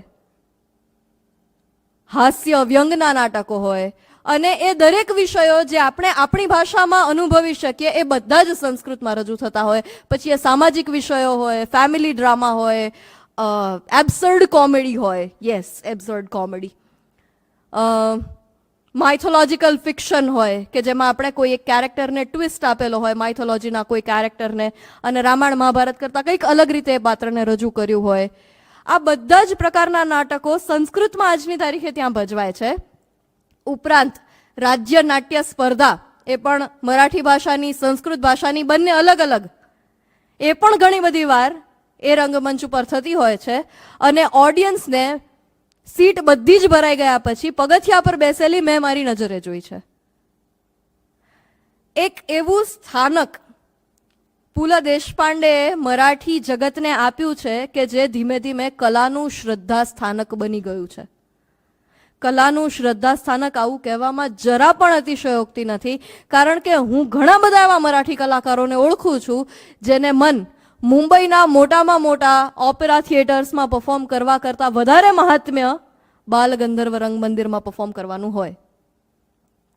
અને આ લેગેસી આજની તારીખે અલગ અલગ સ્વરૂપમાં જળવાતી આવી છે, કારણ કે સાહિત્ય છે તો એને તરલતા તો જોઈશે. 100 વર્ષ પહેલાનું સાહિત્ય આજે એમનેમ જ જળવાય, એમનેમ જ વંચાય જરૂરી નથી. હવેની પેઢીમાં કોણ જાણે કેટલા લોકો એવા હશે જેને સરસ્વતી ચંદ્રનું કદાચ નામ પણ નહીં ખબર હોય, અને નામ ખબર હશે તો આખી વાંચવાની હિંમત નહીં થઈ હોય. કારણ કે સમય સાથે પેઢીના રસના વિષયો અને માધ્યમો બદલાતા જાય છે. એ જ સરસ્વતી ચંદ્ર કદાચ કોઈ અલગ રીતે પ્રસ્તુત થાય તો નવી પેઢી જોશે. એ જ પૃથ્વી વલ્લભ કદાચ મેગા પ્રોડક્શન તરીકે આવે તો માલવપતિ, મૂંજ, કેટલી બધી છોકરીઓનો નવો ક્રશ હશે. એ ક્રશ કે જે મને પુસ્તક વાંચીને આવ્યો હતો, પણ મારા ઘણા બધા એવા મિત્રો કે જે પુસ્તક સુધી નથી પહોંચતા, તો એમને ફિલ્મ થકી એ મૂંજ સુધી પહોંચાડવા પડશે.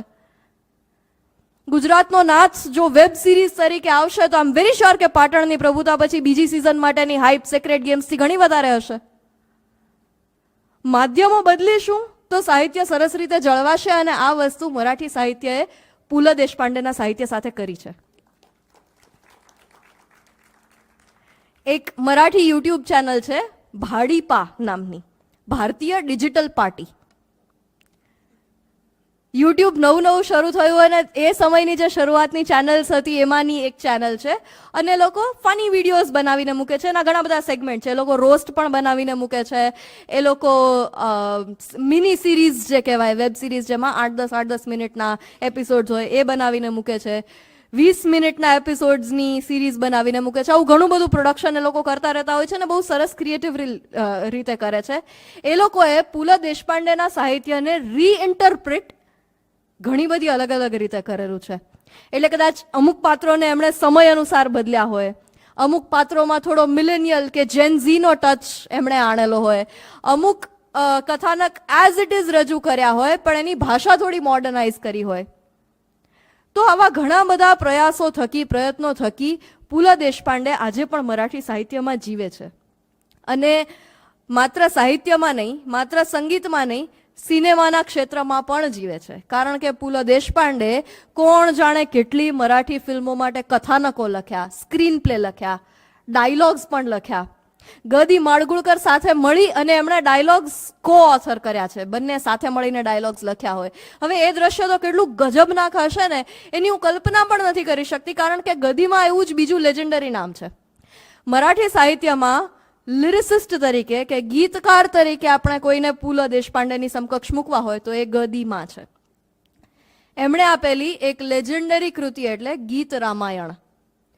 રામાયણના બધા જ પ્રસંગોને એ જાણે ફિલ્મના ગીતો હોય એવી રીતે અલગ અલગ ગીતો તરીકે એક આલ્બમમાં મૂક્યા છે. તમે એક પછી એક ગીત આલ્બમનું સાંભળતા જાઓ તો તમને એમાં આખી રામાયણ મળે. એમાં પાત્રો હોય, એમાં પ્રસંગો હોય. અને આ ગીત રામાયણ પણ આજની તારીખે એવું સાહિત્ય છે કે જે આજની પેઢી સાંભળીને મોટી થાય છે. આ ગીત રામાયણના રચયિતા અને લગભગ 3,000થી વધારે બધું મળીને લેખન, કમ્પોઝિશન બધું મળીને 3,000થી વધારે ગીતોમાં જેમણે પોતાનું યોગદાન આપ્યું છે એવા ગદીમાં બંને સાથે બેસી અને ફિલ્મના ડાયલોગ્સ લખે. એટલે આ સમયનું જે આપણે જેને ટેબલ ડિસ્કશન કહીએ કેટલું અદ્ભુત હશે, કેટલું રસાળ હશે એની તો માત્ર કલ્પના જ કરવી રહે. કદાચ આપણે જો થોડા વધારે સદનસીબ હોત તો આપણી પાસે આ બધા બિહાઇન્ડ ધ સીન્સ પણ હોત. પણ આપણી એ બદનસીબી કે આપણી પાસે એ બિહાઇન્ડ ધ સીન્સ ઉપલબ્ધ નથી. પણ આપણી સદનસીબી એ કે આપણી પાસે સુનીતાબાઈ છે જેમણે પૂલા દેશપાંડેની ક્રિએટિવ પ્રોસેસને પોતાના પુસ્તકમાં વણેલી છે. એ ઘણી બધી વાર એવું લખે છે, વારંવાર અલગ અલગ પ્રસંગોમાં સુનીતાબાઈ એવું લખે છે કે એક દિગ્ગજ સાહિત્યકાર તરીકે તમને કદાચ એમ થાય કે પૂલા દેશપાંડે ઘરમાં કેવા હશે, અથવા તો આમ કાંઈક કલાકારોની ધૂની તકલખી મગજના જ હોય, ગમે ને ગમે તે કહી દીધું, ગમે તેની સાથે આમ વાત કરતી હતી, સમયની કોઈ પરવા નહીં, નિત્યક્રમની કોઈ પરવા નહીં, એવા જ હશે. ના, પૂલા એવા નહોતા, બહુ સ્ટેબલ હતા. અલગ અલગ ઘણી બધી જોનરમાં, ઘણા બધા સાહિત્ય પ્રકારમાં એમણે સર્જન કર્યું. તો એ જ્યારે વ્યંગ્ય લખતા હોય અથવા તો ઇમોશનલ મૂવી સીન લખતા હોય તો આ બંને સમયે એમની માનસિકતામાં કે એમના વર્તનમાં મને કોઈ ખાસ ફેર નહોતો દેખાતો. માત્ર એમની ક્રિએટિવ પ્રોસેસ એટલી જ હતી કે એ પોતે થોડા અળગા રહેતા, ઓછું બોલે, ઓછી વાતચીત કરે, સોશિયલાઇઝ થોડું ઓછું થાય અને એક રૂમમાં પોતાનું લેખન કાર્ય ચલાવે રાખે. પણ ઇમોશનલ લખતા હોય ત્યારે કંઈક અલગ જ માણસ લાગે અને હાસ્ય લખતા હોય ત્યારે આપણને કંઈક અલગ જ માણસ લાગે. આવું એમનું ક્યારેય નહોતું. આ બધા લગભગ 60થી વધારે તો એમણે માત્ર પુસ્તકો લખ્યા છે, બીજું બધું તો અલગથી. આટલા બિઝી એમના શેડ્યુલ વચ્ચે પણ જ્યારે કોઈ વ્યક્તિ અપોઇન્ટમેન્ટ લઈને મળવા આવે તો પૂલા ચોક્કસપણે એમને સમય આપતા. પણ જો કોઈ વ્યક્તિ એમને આવી ચડેલું હોય ખાલી ગપ્પા મારવા, બસ અહીંથી નીકળતા હતા એટલે થતા જઈએ કરીને, તો ઘણી બધી વાર પૂલા મળવાની ના પાડી દે, કેવડાવી દે સુનીતાબાઈ થ્રુ કે એ લખવામાં વ્યસ્ત છે, અત્યારે નહીં મળી શકે. અને માટે એમના પત્ની એવું લખે છે કે ઘણા બધા લોકોના નસીબમાં ધન લાભ હોય, એ કંઈ કરે ન કરે એમને પૈસો આવે. એમ મારા નસીબમાં શત્રુ લાભ હતો. હું કાંઈ ન કરું, હોળીનું નારિયેળ, એટલે મારા નસીબમાં શત્રુ લાભ હોય. પછી એકવાર એમણે પૂલાને કહ્યું કે આ દર વખતે આવું કેવું કે તમે ઘરમાં છો પણ નહીં મળી શકો, મને થોડો સંકોચ થાય છે. એના કરતાં આપણે લોકોને કહી દઈએ ને કે ઘરમાં નથી, પૂલા બહાર ગયા છે, એમ તો ચાલશે. મારે લોકોને એવું તો ના કહેવું કે ઘરમાં છે છતાં તમને નહીં મળે. લોકો એને બહુ અપમાન તરીકે લઈ લે છે કે ઘરમાં હોય તો 2 મિનિટ મોઢું પણ ના દેખાડે માણસ અમને. એટલે પૂલા કહ્યું કે સારું, તને યોગ્ય લાગે તો એવું કર. એટલે એક વખત બીજા એક દિગ્ગજ સાહિત્યકાર એમને મળવા આવ્યા અને સુનીતાબાઈએ કહ્યું કે એ તો અત્યારે ઘરે નથી, બહાર ગયા છે. તો કે સારું સારું, બસ હું તમારી સાથે થોડી વાર વાત કરીને નીકળું. એટલે થોડી વાર એ બેઠા અને બસ પૂલાને ખબર હતી કે બહાર બેઠા છે, મારે જવાનું નથી. એટલે જતા જતા એમણે કહ્યું કે ચલા નીકતો મી. પછી એમને અચાનક એમ થયું કે હું જરા વોશરૂમ જઈ આવું. એટલે એમનું બરાબર સહેજ અંદરની બાજુ વળવું અને પૂલાનું બહાર આવવું. પછી સુનીતાબાઈ લખે છે કે પૂલા સાથે એમના વ્યવહારમાં તો ખાસ કોઈ ફેર ન પડ્યો, પણ મારી સાથેના સંબંધ પૂરા થઈ ગયા હતા. મારો શત્રુ લાભ એમને હતો. એટલે આ શત્રુ લાભ બતાવે છે કે એમણે પાલવ નીચે દીવો ઢાંકી અને આખું જીવન વ્યતીત કરેલું છે. એક સ્ત્રી તરીકે એમણે લીધેલો બીજો એક કદાચ બહુ જ અઘરો નિર્ણય હશે, પણ એ હતો કે લોકોએ ક્યારેય બાળક પ્લાન ન કર્યું. કારણ કે સુનીતાબાઈ કહે છે કે પૂલા પોતે બાળક હતા. એમને ક્યારેય પ્રેમ કરતા આવડ્યું જ નથી. એમણે ક્યારેય મને પ્રેમથી પ્રોત્સાહનની 2 વાતો નથી કહી, ક્યારેય પ્રશંસાની, વખાણની 2 વાતો નથી કહી. બહાર બધાને જે બહુ હળવાશના, અત્યારના શબ્દોમાં જેને ચિલ ગાય કહીએ એવા પૂલા દેશપાંડે લાગતા હોય, ઘરમાં સારી રીતે વાત કરતા, હળવાશથી રહેતા, પણ એનાથી વિશેષ ઉમળકો એમણે બહુ ઓછી વાર જતાવ્યો હશે. મારો જન્મદિવસ એમને યાદ ન રહેતો, મારી એનિવર્સરી એમને યાદ ન રહેતી. એટલે મને ઘણી બધી વાર એવું લાગે કે પુલ મારી સાથે છે કે નહીં. અને જો આવી રીતે અમે બે જણ સરસ જીવન જીવીએ છીએ, આહે મનોહર, તરી છતાં આગળ શું? અને માટે એમણે ક્યારેય બાળક પ્લાન ન કર્યું.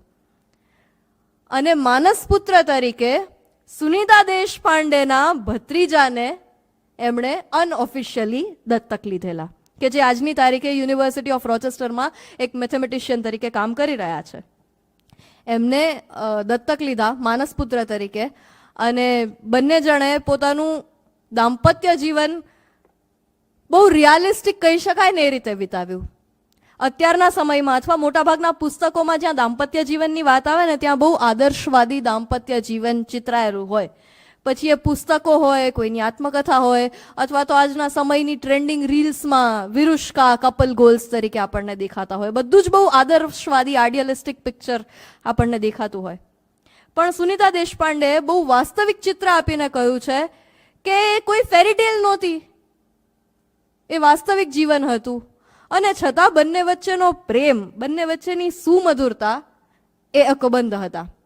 કારણ કે પુલ દેશપાંડે માટે એ સમયમાં તો સુનીતાબાઈ જેવું જ કોઈક જોઈએ. સુનીતાબાઈ પોતે પોતાના જીવનમાં એટલા બધા પ્રશ્નો સાથે લઈને ચાલ્યા છે, અને આ પ્રશ્નો એટલે ફંડામેન્ટલ ક્વેશ્ચન્સ. આજના સમયની સ્ત્રી જે પ્રકારના પ્રશ્નો કરે છે એ પ્રકારના પ્રશ્નો સુનીતાબાઈએ એ સમયમાં કરેલા. એ પણ માત્ર ને માત્ર ગૃહિણી તરીકે આખું જીવન નથી જીવ્યા. એમણે પુસ્તક તો બહુ પાછળની ઉંમરમાં લગભગ 1990માં લખ્યું, પણ ત્યાં સુધી પણ એમની સોશિયલ લાઈફ ઘણી વધારે એક્ટિવ હતી. જ્યારે જ્યારે સંગીતની બેઠકો થતી ત્યારના પ્રસંગમાં એ લખે છે કે અમારા ઘરનું વાતાવરણ એટલું બધું હળવાશ ભરેલું અને એટલું બધું ઓપન હતું કે હું જો કિચનમાં કોફી બનાવતી હોઉં તો ભાઈ, પુલ દેશપાંડેને એ અને લગભગ આખું મહારાષ્ટ્ર ભાઈ કહીને સંબોધે છે, તો ભાઈના બધા મિત્રો, પુરુષ મિત્રો, એ પણ કોફી બનાવવામાં મને મદદ કરવામાં આવે. હવે આ વસ્તુ આજની તારીખે ઘણા બધા ઘરમાં નથી થતી, મોટાભાગના ઘરોમાં નથી થતી. આજની તારીખે મોટાભાગના ઘરોમાં જ્યાં બધા ભેગા થયા હોય તો સ્ત્રીઓ રસોડાનું કામ કરીને પતાવીને પછી બહાર આવે ને પુરુષો બહાર બેઠા હોય. એમના ઘરમાં એ સમયમાં 50s માં, 60s માં, 70s માં આ વસ્તુ હતી. અને પુલના મમ્મી તો એમનાથી પણ ફોરવર્ડ હતા. સુનીતાબાઈ કે ક્યારેક મને ઓકવર્ડ લાગી જાય એટલી હદે એ ફોરવર્ડ હતા. કારણ કે જ્યારે આવી રીતે પછી કોફી બની જાય તો એ બધા મિત્રો જ બહાર કપ લઈને આવતા હોય, બધાને કોફી અપાતી હોય, ઘરમાં ઘણા બધા લોકો હોય. હવે જેવું કોઈ પુલના મમ્મીને કોફી આપે ને હાથમાં, એટલે બૂમ પાડે, સુનીતા તું घेतलीस का? તે કોફી લીધી? અને ઘણી બધી વાર એવું થાય કે હજી બધા મહેમાનોને કોફી ન અપાઈ હોય એ પહેલા એમણે સુનીતાબાઈના હાથમાં કોફી આપી દીધી હોય કે તું પી લે ને, આપણું ઘર છે, આપણે પોતે નહીં પીવાની. એટલે એ પોતે લખે છે કે ઘણીવાર મને એવું થતું કે મારા પિયરમાં તો મહેમાનો સાથે અમુક રીતે વ્યવહાર કરવો જોઈએ, અમુક રીતે સ્ત્રીઓએ રહેવાનું, અમુક રીતે પુરુષોએ રહેવાનું, અમુક રીતે પુરુષો સાથે સ્ત્રીઓએ રહેવાનું, આ બધા બહુ જ નિયમો હતા. પણ અહીંયા વાતાવરણ એટલું બધું તરલ અને સરળ હતું કે ક્યારેક એમાં હું એ સરળતામાં ગૂંચવાઈ જતી. એટલે આ પ્રકારના એક ડાયકોટોમિકલ બેકગ્રાઉન્ડમાંથી આવી અને સુનીતા દેશપાંડેએ પોતાનું શિક્ષક તરીકેનું જીવન પણ બહુ જ સરસ રીતે વિતાવ્યું. પોતાની સાહિત્યિક કારકિર્દીની શરૂઆત ભલે મોડી કરી હોય, પણ એક શ્રોતા તરીકેની અથવા તો એક કલાના ભોગતા તરીકેની એમની કારકિર્દી એ બહુ મોટી અને ઊંચા ગજાની રહી. અને એ સમયમાં પણ ઘણી બધી વાર એવા કાર્યક્રમોમાં જેમાં બાપુ હોય, સરદાર સાહેબ હોય, આ બધા કાર્યક્રમોમાં એમની બહુ સક્રિય હાજરી, ભાગ બધું રહેતું. અને એવું જરૂરી નહીં કે પુલની સાથે હોય. પુલ એક જગ્યાએ પોતાના કામે હોય અને સુનીતાબાઈ બીજી જગ્યાએ પોતાના કામે હોય. આવું ઘણી બધી વાર ઘણા બધા પ્રસંગોમાં થયેલું છે. એ સમયમાં પુલ હેડ ફિમેલ ફ્રેન્ડ્સ, સુનીતાબાઈ હેડ મેલ ફ્રેન્ડ્સ. બહુ નિર્દોષ, સહજ મૈત્રી હતી. આજના સમયમાં આપણને એ વસ્તુ બહુ સાહજિક લાગે છે કારણ કે હવે સાહજિક થઈ ગઈ છે. પણ આજથી 50-75 વર્ષ પહેલા આટલી સાહજિક મૈત્રી એ શક્ય નહોતી. આટલો બધો પ્રવાસ ઘણી બધી વાર સુનીતાબાઈ પોતાની રીતે કરતા. એમની સાથે એમના કોઈ સંગાથી હોય કે ન હોય, એ કહે છે કે મને તો એકલતા ગમતી. સોલિટ્યુડ જેને કહેવાય, જેમાં એકલતાનો ભાર ન હોય, એકલતાની હળવાશ હોય, એવી એકલતા એમને ગમતી. એ સમયમાં એ રેડિયો સાંભળતા, એ સમયમાં એ વિચારતા, વાંચતા, ઘણું બધું કરતા. એ કહે છે કે અમારા સમયમાં એવું હતું કે સ્ત્રીઓને પોતાના રસોડામાં વાસણો અમુક જ રીતે જોઈએ, અને આ વઘાર કરવા માટે તો આવું વઘાર્યું જ જોઈએ, અને આ આટલા માણસોની ખીચડી કરવા તો આવું જ કુકર જોઈએ. આવું બધું પોતાના વાસણોને લઈને સ્ત્રીઓ બહુ પોઝેસિવ હોતી હોય છે. આવું બધું મારામાં તો ક્યારેય નહોતું. હા, મને સ્વચ્છતા અને સુઘડતા ગમતી, પણ આ જે ઓબ્સેશન કહેવાય કિચનનું, એ મારામાં ક્યારેય નહોતું. અને પૂલો પોતે પણ કહે છે કે દરેક માણસે, સ્ત્રી ને પુરુષની વાત નથી, દરેક માણસે રસોડામાં જવું જ જોઈએ, કારણ કે જીવનનો અને નિત્યક્રમનો ભાગ છે. પણ માત્ર રસોડાને પોતાની જિંદગી સમજી લેવી એ જીવનને રોકવાની વાત છે, જીવનની આડે પાળ બાંધવાની વાત છે. અને એ સમયમાં આવું કહેનારા ઓછા સાહિત્યકારો હશે, અને આવું કહીને પણ કમર્શિયલી સક્સેસ જનારા એનાથી પણ ઓછા હશે. કારણ કે જે સાહિત્યકારોએ સમાજની સામે બળવો પોકાર્યો છે એ બધા કમર્શિયલી એટલા સક્સેસ નથી ગયા. પૂલા દેશપાંડે કદાચ ભારતમાં એવા શરૂઆતના કેટલાક સાહિત્યકારોમાંના એક હશે જેમણે પોતાનું આખું જીવન આર્થિક વ્યવસાય માત્ર કલા ક્ષેત્રમાં કર્યો અને લેખક તરીકે એમાંથી રોજીરોટી મેળવી. આજની તારીખે માત્ર ને માત્ર લેખન પર આધારિત જેમનો આર્થિક વ્યવસાય, ભદ્રાયું અંકલ ના પાડે છે, વાત ખતમ, શક્ય નથી. તમારે બીજા આર્થિક વ્યવસાય જોઈએ તો પૂલા દેશપાંડે લેખક તરીકે પણ એટલી સિદ્ધિ મેળવી. એમને સુનીતાબાઈ લખે છે કે મુંબઈમાં બીજા બધા જોગેશ્વરીને એરિયામાં રહેતા પછી પૂલાને બહુ એવું હતું કે વિલે પાર્લેમાં ઘર લેવું છે, તો એ લોકોએ વિલે પાર્લેમાં પોતાનું એક ઘર લીધેલું, અને એ ઘર આજની તારીખે સચવાયેલું છે. તો એક ફાઇનાન્શિયલ સ્ટેબિલિટી એમણે એક લેખક તરીકે મેળવી, અને પછી અત્યારે આપણે જેને મલ્ટિપલ સ્ટ્રીમ્સ ઓફ ઇન્કમ કહીએ છીએ એ પણ ઊભું કર્યું. એમણે પોતાની કારકિર્દી માત્ર ને માત્ર એક નાનકડા ચીલા ઉપર ન રાખતા ઘણી બધી દિશાઓમાં ફેલાવી, અને ઘણી બધી જગ્યાએથી એમને આ આવક થતી. તો આજના સમયમાં પણ લેખકો માટે પૂલા એક બિઝનેસ મોડેલ પણ છે. માત્ર ને માત્ર લિટરરી આઇકોન નથી, માત્ર ને માત્ર સાહિત્યિક રોલ મોડેલ નથી. લેખકો અને સાહિત્યકારો માટે, કલા જગત માટે પૂલા દેશપાંડે એક બિઝનેસ મોડેલ પણ છે. અને છતાં પણ એ માણસ ક્યારેય મટીરિયાલિસ્ટિક નથી થયા. એમનું જીવન હંમેશા સાદગી ભર્યું રહ્યું છે. તમે યુટ્યુબ પર વિડીયોઝ જોશો તો બહુ જ સાદા સરળ કપડામાં પૂલા દેશપાંડે આવીને પોતાની વાત કરતા હશે, પોતાના નાટ્ય મંચનો કરતા હશે કે પ્રસ્તુતિ કરતા હશે. બહુ જ સરળ જીવન એમનું રહ્યું છે, નથિંગ ફેન્સી. દુનિયા જોયેલા હતા છતાં પણ. અને આ બધા પછી એમનામાં સેન્સ તો હતી કે સમાજમાંથી લક્ષ્મી ક્યાં આવવી જોઈએ અને ક્યાં જવી જોઈએ. 62ના ચીનના યુદ્ધ વખતે પૂલા દેશપાંડે એક વખત રક્તદાન કરવા ગયા. સૈનિકો માટે જે બ્લડ ડોનેશન કેમ્પનું આયોજન થયું હતું એમાં રક્તદાન કરવા પૂલા ગયા, અને એક સ્વયંસેવક એમને ઓળખી ગયા કે અરે તમે તો પૂલા દેશપાંડે, ખાલી રક્તથી નહીં ચાલે, લક્ષ્મી પણ જોઈશે, તમારે તો પૈસાનું પણ ડોનેશન આપવું પડે. અને પૂલા દેશપાંડે એ સમયે ખાસ ફંડ રેઝર શોઝ અનાઉન્સ કરી અને 40,000નું ફંડ ઊભું કર્યું. પછી એમને થયું કે આ બહુ નાની રકમ છે. એ સમયના 40,000 પણ 60sના બહુ નાની રકમ છે, અને માટે 1990 આજુબાજુ એમણે પૂલા દેશપાંડે ફાઉન્ડેશનની સ્થાપના કરી. અને એ સમયમાં 90sના ગાળામાં આ ફાઉન્ડેશન થકી એમણે લગભગ 1 કરોડ રૂપિયા અલગ અલગ ક્ષેત્રોમાં વાપર્યા. અને આ બધા ક્ષેત્રો પણ એટલા અનયુઝ્યુઅલ. એ સમયના સેક્સ વર્કર્સના બાળકો માટેની હોસ્ટેલ અને સ્કૂલ્સ પૂલા દેશપાંડે ચાલુ કરાવ્યા.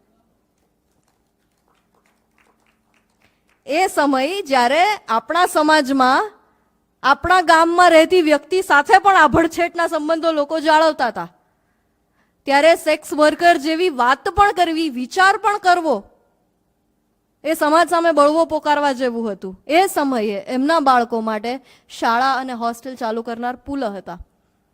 દેશદાજ પણ એટલી હતી કે વારંવાર એમણે આર્મી માટે પણ ઘણા બધા ફંડ રેઝર કાર્યક્રમો કર્યા, અને આર્મી અને એના પરિવારજનોને સહાય મળી રહે એની જવાબદારી પોતાની નૈતિક જવાબદારી સમજી. અને માટે જ એક એવા સાહિત્યકાર જેમની ઉપર સરસ્વતીના તો આશીર્વાદ છે જ, પણ લક્ષ્મીના આશીર્વાદ પણ રહ્યા, કારણ કે એ લક્ષ્મીને સમજી જાણ્યા. એમણે જાણ્યું કે સરસ્વતી તો આશીર્વાદ આપતી બેઠી છે, એ ક્યાંય આવતી જતી નથી રહેવાની, એના આશીર્વાદ મારી ઉપર છે અને રહેશે. પણ લક્ષ્મી, જેમ બાણભટ્ટ કહે છે કે લક્ષ્મી તો સાપની જીભ જેવી ચંચળ છે, ભુજંગ જેહવાય ચપલા લક્ષ્મી. એ લક્ષ્મી આવશે ને જશે. એને જો યોગ્ય રસ્તેથી નહીં લાવીએ અને યોગ્ય રસ્તે નહીં વાળીએ તો લક્ષ્મી રૂઠશે. અને માટે એમણે સરસ્વતીની સાથે લક્ષ્મીના આશીર્વાદને પણ પચાવી જાણ્યા. પોતાનું સંતાન હતું નહીં છતાં પણ એમના જે માનસ પુત્ર હતા એમને સારામાં સારી યુનિવર્સિટીમાં એમણે અભ્યાસ કરાવ્યો. એ પોતે ઘણી બધી વાર બહારની યુનિવર્સિટીઝમાં કંઈક ને કંઈક શીખવા માટે જતા રહેતા. વાપર્યા પણ છે પોતાના માટે પૈસા, ને હોય તો વાપરવા પણ જોઈએ, શા માટે નહીં. પોતાના પરિવાર માટે વાપર્યા, પોતાના મિત્રો માટે વાપર્યા, સમાજ અને રાષ્ટ્ર માટે વાપર્યા. અને માટે પુલ દેશપાંડે એ માત્ર ને માત્ર સાહિત્યનું નહીં, સમાજનું એક રત્ન બનીને રહ્યા. સમાજનું એવું રત્ન જેની નામ પાછળ માત્ર ને માત્ર નાટ્ય મહોત્સવ નથી થતા, જેના નામ પાછળ આપણને મહારાષ્ટ્રમાં ગાર્ડન્સ પણ જોવા મળે છે, જ્યાં બાળકો આવીને રમતા હોય, ખેલદેલીથી ખુલ્લા મને કૂદતા હોય, હરતા ફરતા હોય. અને એ બાળકો, એમની હળવાશ, એમની રમત, એમાં આજની તારીખે પણ પુલ જીવે છે.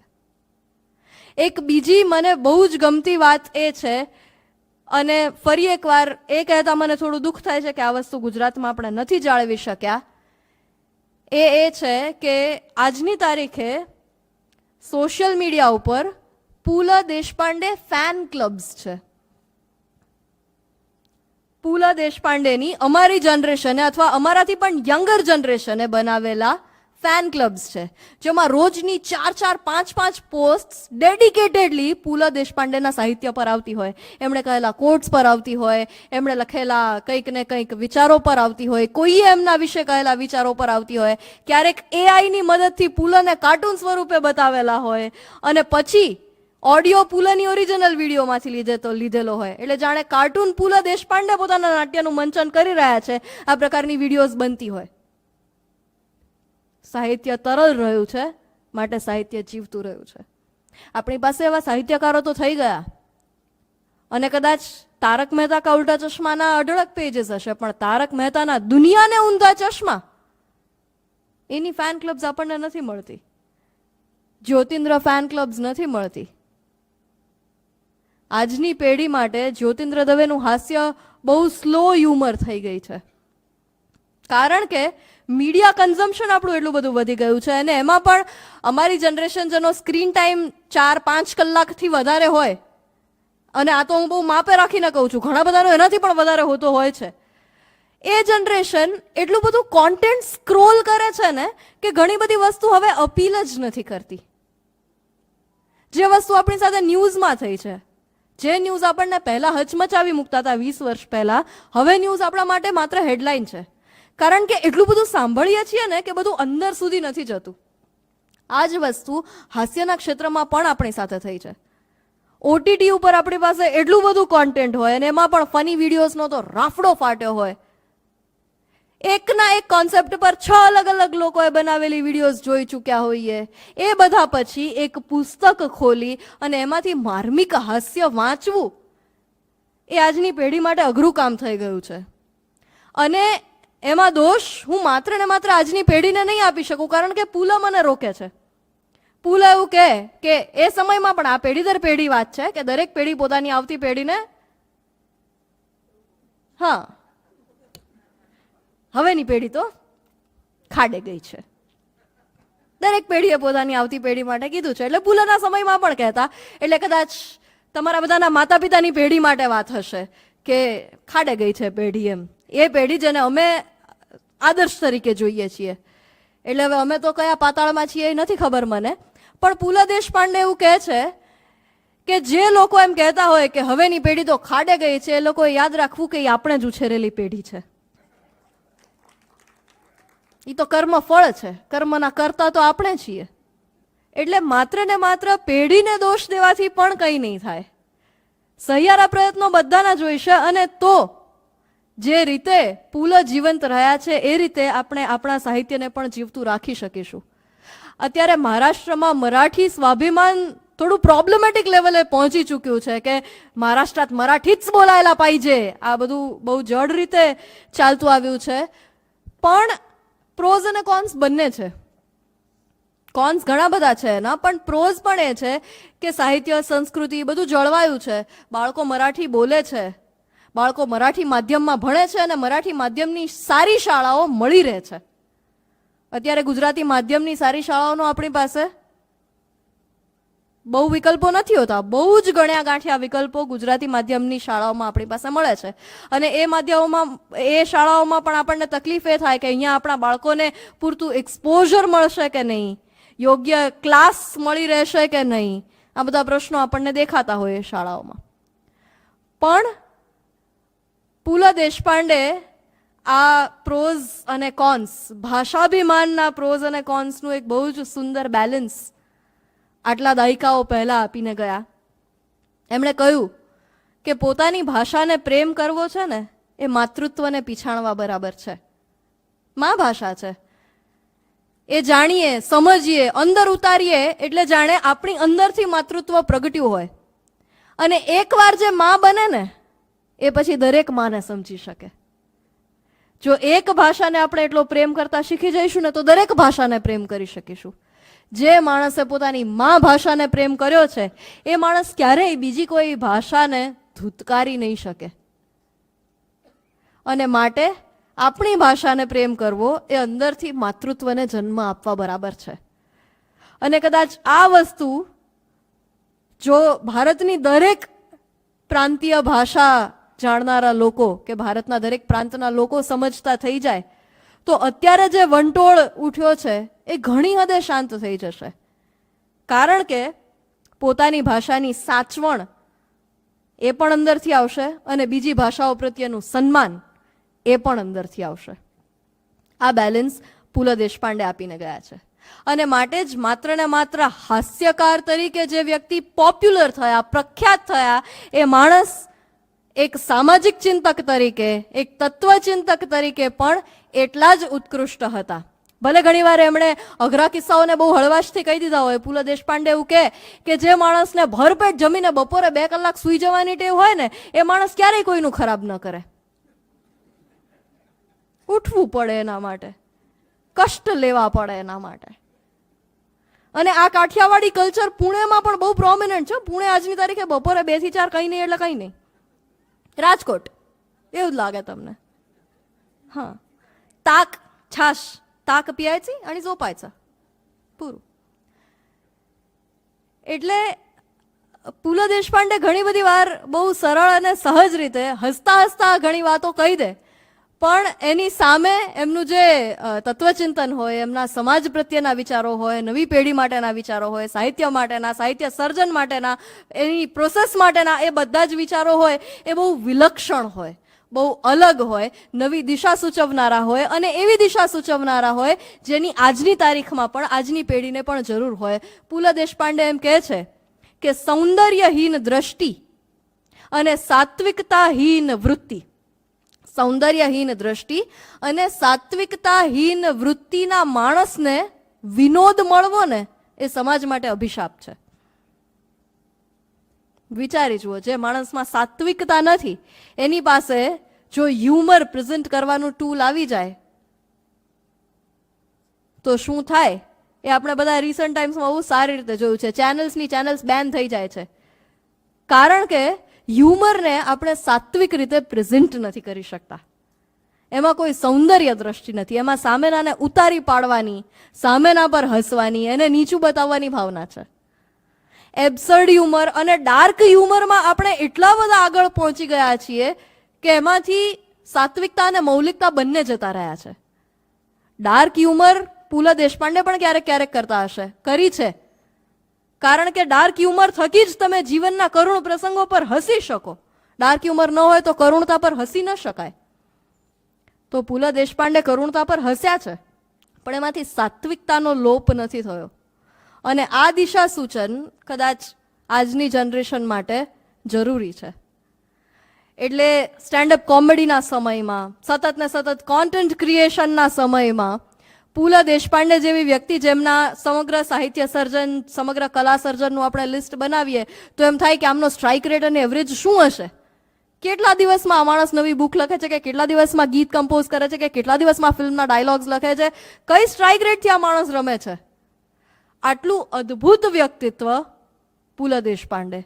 અને એ કદાચ ભારત દેશ અને વિશ્વની થોડી બદનસીબી છે કે એ એક એવી પ્રાંતીય ભાષામાં જન્મ્યા કે જે વૈશ્વિક ભાષા હજી ન બની શકી. પુલા દેશપાંડે કદાચ હિન્દીમાં હોત તો હજી વધારે લોકો સુધી પહોંચી શક્યા હોત, અને કદાચ વિશ્વમાં બીજે પથરાયેલી અંગ્રેજી કે સ્પેનિશ જેવી ભાષાઓમાં હોત તો એનાથી પણ વધારે લોકો સુધી પહોંચી શક્યા હોત. અને છતાં પણ અલગ અલગ રીતે પુલા દેશપાંડે લોકો સુધી પહોંચતા રહ્યા છે, કારણ કે બહારની યુનિવર્સિટીઝમાં પણ એમના સાહિત્ય પર રિસર્ચ કરવાવાળા ઘણા બધા લોકો છે. એટલે તરસ્યો માણસ પાણી સુધી પહોંચી જ જાય, એની જેમ ઘણા બધા લોકો પુલા સુધી પહોંચી જાય છે, જેમ આપણે બધા કોઈને કોઈ રીતે એમના સુધી પહોંચી ગયા. નિમિત્ત આપણને આ વ્યાખ્યાન માળા જેટલું સરસ સાંભળ્યું અને આપણે પુલા સુધી પહોંચી ગયા, એવી રીતે ઘણા બધા લોકો પહોંચે છે. પણ એમનું સાહિત્ય સર્જન બીજી કોઈ ભાષામાં હોત તો ભારતના સાહિત્ય સર્જકની વૈશ્વિક અસર શું હોત એની આપણે માત્ર ને માત્ર કલ્પના જ કરવી રહી. છેલ્લું દ્રષ્ટાંત એમના કલા સર્જનનું હું એ આપીશ કે વિચાર કરો કે આવી કોઈ વ્યક્તિ હોલિવૂડમાં હોય જેમાં એક ફિલ્મ બને, ફિલ્મની પટકથા પુલા, ફિલ્મનું સ્ક્રીન પ્લે પુલા, ફિલ્મના ડાયલોગ્સ પુલા, ફિલ્મનું ડિરેક્શન પુલા, ફિલ્મમાં એક્ટિંગ પુલા, ફિલ્મના ગીતોનું લેખન લિરિક્સ પુલા, કમ્પોઝિશન પુલા. થેન્ક ગોડ એ માણસ એડિટર અને પબ્લિશર ને ડિસ્ટ્રીબ્યુટર નહોતા, બાકી મને લાગે છે કે સિનેમા હોલમાં સંચો પણ એમણે જ ચલાવી દીધો હોત કદાચ. વન મેન શો, એનાથી આગળ ઉઠીને એ માણસ વન મેન આર્મી છે કલા જગતમાં. અને માટે જ મારી એક એવી ઝંખના છે કે આપણી પાસે કંઈક એવું એઆઈ ટૂલ આવે જેમાં પુલાના સાહિત્યનું ગુજરાતી ભાષામાં અનુવાદ તો થયેલો છે, પણ જે રીતે મરાઠીમાં આપણને પુલાની વિડીયોઝ મળે છે એ રીતે આપણે એઆઈથી ગુજરાતીમાં પુલાના અવાજમાં પુલાના ટોન્સ સાથે પુલાની વિડીયોઝને માણી શકીએ. This is the dream, this is the manifestation I am doing on the stage. Pu La એટલું જ કહે છે કે ભવિષ્યની પેઢી મને યાદ કરે તો પદ્મશ્રી મળ્યો, પદ્મભૂષણ મળ્યો, મહારાષ્ટ્ર નાટ્ય સંગીત અકાદમીના પુરસ્કાર મળ્યા, ઘણા બધા પુરસ્કાર મળ્યા, પુરસ્કારને પુલા મળ્યા. એ બધું જ ગૌણ છે, એ બધું યાદ નહીં કરે તો ચાલશે. મારા પુસ્તકો ક્યારેક રદ્દીમાં વેચાતા હશે તો પણ મને ચાલશે, પણ આવનારી પેઢી માત્ર ને માત્ર એટલું કહે કે યા માણસાंनी आम्हाला हसवलं, આ માણસે અમને હસાવ્યા છે. બસ મને મારી આટલી જ ઓળખ જોઈએ છે. અને માટે આપણા મરીઝ સાહેબ જે શેર કે એ પુલા દેશપાંડેને અર્પણ કે જ્યારે કલા કલા નહીં જીવન બની જશે, મારું કવન જગતનું નિવેદન બની જશે. પુલાનું કવન જગતનું નિવેદન બને. વંદે માતરમ.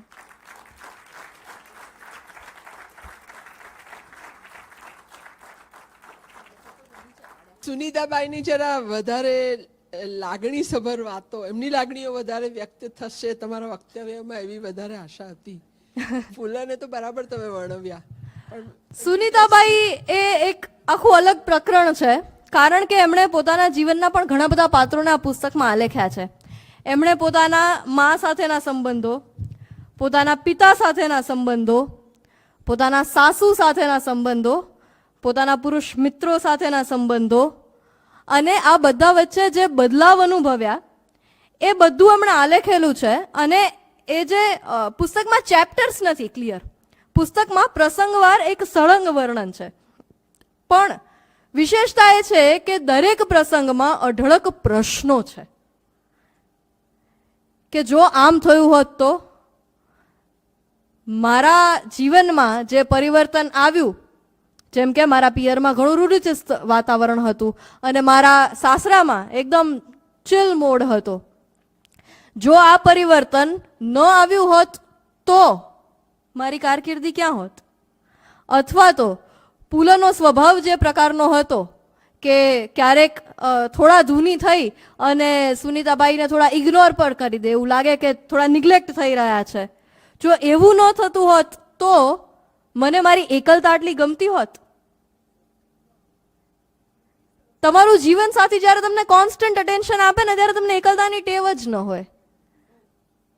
અને સુનીતાબાઈને પોતાની એકલતા ગમતી એટલે કહે છે કે કદાચ પુલ આટલો પ્રવાસ ન કરતા હોત, હંમેશા મારી સાથે રહેતા હોત, મારો બર્થડે એમને યાદ રહેતો હોત, તો મને મારી એકલતા આટલી ગમતી હોત. ઘણી બધી વાર એ માણસો વચ્ચેના સંબંધો ભલે આપણને એવું લાગે કે ત્યારના સમયમાં તો ઘણા ગાઢ હતા, ઘણા ઘનિષ્ઠ હતા, છતાં પણ સુનીતાબાઈને ઘણી બધી વાર એવું લાગે છે કે માણસ વચ્ચેના સંબંધો હવે થોડા નબળા થતા જાય છે, તાતણાઓ થોડા છૂટતા જાય છે. તો એ ઘણી બધી વાર એ પણ પ્રશ્ન કરે છે કે આપણા જીવવાનો હેતુ શું? આપણા જીવવાનો હેતુ આપણી કારકિર્દી, આજુબાજુના લોકો, અ બેટર સેલ્ફ, આત્માની ઉન્નતિ, અથવા તો વ્યક્તિત્વ વિકાસ? જીવનનો હેતુ શું એ હું આજ સુધી નથી સમજી શકી. અને છેલ્લે એમ પણ કહે છે, જે આ શીર્ષકની યથાર્થતા બતાવે છે, કે આખું જીવન ખૂબ સુંદર રહ્યું, ખૂબ મનોહર રહ્યું, છતાં પણ આ બધા પ્રશ્નો અકબંધ છે. કારણ કે આ પુસ્તકમાં એમણે માત્ર ને માત્ર ઘણી બધી જગ્યાએ આ પ્રશ્નો ઉઠાવ્યા છે, એના જવાબ નથી આપ્યા, એ જવાબ આપણા ઉપર મૂક્યા છે. અને માટે યાજ્ઞિક સાહેબ સાથે વાત થયેલી કે શરીફા વીજળીવાળાજી, એમને તો આ પુસ્તક ખૂબ ગમ્યું, એનો ગુજરાતી અનુવાદ, અને એના પર એ આફરીન છે એટલા માટે કારણ કે આ પુસ્તક વિચારતા કરી મૂકે છે, આપણને સ્પૂન ફીડિંગ નથી કરાવતું. અને એ સુનીતાબાઈનો સ્વભાવ હતો, માણસને સ્પૂન ફીડિંગ ન કરાવવું, to let people thrive on the possibilities. વ્યક્તિ પોતે પોતાની જાતને ઢંઢોળે તો એમાંથી કંઈક બહાર આવે. બહારથી બધું જ અંદર નાખે રાખીએ તો ઓછાઈ જવાય. અને માટે એમણે પોતાના જીવનમાં આત્મમંથન, મનોમંથન પણ એટલું બધું કર્યું. અને ઘણી બધી વાર આપણને પુસ્તક વાંચતા એવું લાગે કે એ સમયમાં એક સ્ત્રી તરીકે એ સમાજમાં બહુ ફિટ નહોતા બેસતા. કારણ કે પેલું સંસ્કૃતમાં પણ એક શ્લોક છે ને, કાર્યેષુ મંત્રી કરણેષુ દાસી. સ્ત્રી કેવી હોવી જોઈએ? તો કે પ્લાનિંગમાં, કાર્યમાં મંત્રી જેવી, અને કરવામાં, એક્ઝિક્યુશનમાં તો કે દાસી જેવી હોવી જોઈએ. ભોજ્યેષુ માતા, શયનેષુ રંભા. અલગ એક્સ્ટ્રીમ્સ ઉપર એમ કે ભોજન બનાવવામાં મા જેવી અને શયનખંડમાં રતિના સમયમાં રંભા જેવી. તો આ જે એક આદર્શ સ્ત્રીની છબી હતી, સુનીતાજીને ખબર હતી કે પોતે એમાં નથી બેસતા, અને છતાં પણ એ બાબતને લઈ અને ક્યારેય એમનો આત્મવિશ્વાસ નથી ડગ્યો. કારણ કે એમને ખબર હતી કે આ સમાજને એમના જેવી સ્ત્રીઓની પણ જરૂર છે, અને એમના જેવી સ્ત્રીઓ હશે ને તો પુલ જેવા લોકો સચવાશે. જે સ્ત્રીઓને પોતાને રૂઢિગત માળખામાં રહેવાની ટેવ છે, એ પોતાના જીવન સાથી પાસેથી પણ એક રૂઢિગત માળખામાં રહેવાની જ અપેક્ષા રાખશે. માટે સુનીતાબાઈએ બહુ જ સારી રીતે સમજતા હતા કે પોતે એક અલગ વ્યક્તિત્વ છે, અને માટે એમની સાથે પણ જે છે એ અલગ વ્યક્તિત્વ છે. ઇનફેક્ટ એ બંનેના લવ મેરેજ હતા, અને એ બંનેની પોતાની ડિમાન્ડ હતી કે અમારે લગ્નમાં કોઈ તામઝામ નથી કરવા. આજની તારીખે પણ મરાઠી લગ્નો લગભગ મહિનો ચાલે એવું કહી શકાય. બહુ બધી વિધિઓ મહિના પહેલાથી શરૂ થતી હોય, અને અઠવાડિયું તો મિનિમમ ગણી લેવાનું એમ. એટલે આપણે ગુજરાતી લગ્નો જે મિનિમમ 3 દિવસ હોય ને, એમ મરાઠી લગ્નો મિનિમમ અઠવાડિયું હોય જ આજની તારીખે. એ સમયમાં એ બંને કહી દીધું કે આટલું બધું નહીં, સિમ્પલી અમારે વિધિ કરી લેવી છે. તો માત્ર ને માત્ર ખૂબ સાદગીથી એક વિધિ કરીને એ બંને લગ્ન કરી લીધેલા. એટલે એમના લગ્ન જીવનની શરૂઆત જ બહુ અનકન્વેન્શનલ રીતે થઈ, અને આ અનકન્વેન્શનલ રીતો એમના જીવનના દરેક તબક્કે અલગ અલગ રીતે થતી આવી. એટલી હદે અનકન્વેન્શનલ કે આવું કોઈ કપલ આપણે આજના સમયમાં પણ જોઈએ ને તો બહુ ઇઝીલી આ સમાજને ગળે ન ઉતરે. અત્યારના સમયમાં અમુક લોકો એવા છે જેને આવું કપલ ગળે ન ઉતરે, અને અમુક લોકો એવા છે, ખાસ કરીને નવી પેઢી, જે આને પાવર કપલ કહેતા હોય કે બંને જણા પાવર ડોઝ છે, હાઈ વોલ્ટેજ પર ચાલે છે અને સમાજ હલાવી નાખવાની તાકાત રાખે છે. આવું લગ્ન જીવન એ સમયમાં બહુ સજાગ રીતે એ બંને પસંદ કરેલું અને છેલ્લે સુધી નિભાવ્યું. ત્યાં સુધી કે ક્ષમા ચાહું છું કે આ વસ્તુ હું કહેતા ભૂલી ગઈ વક્તવ્ય દરમિયાન, કે પુલા દેશપાંડેનું નિધન એમની 54મી લગ્નગાંઠના દિવસે થયું. And that's where the circle of life came to a halt.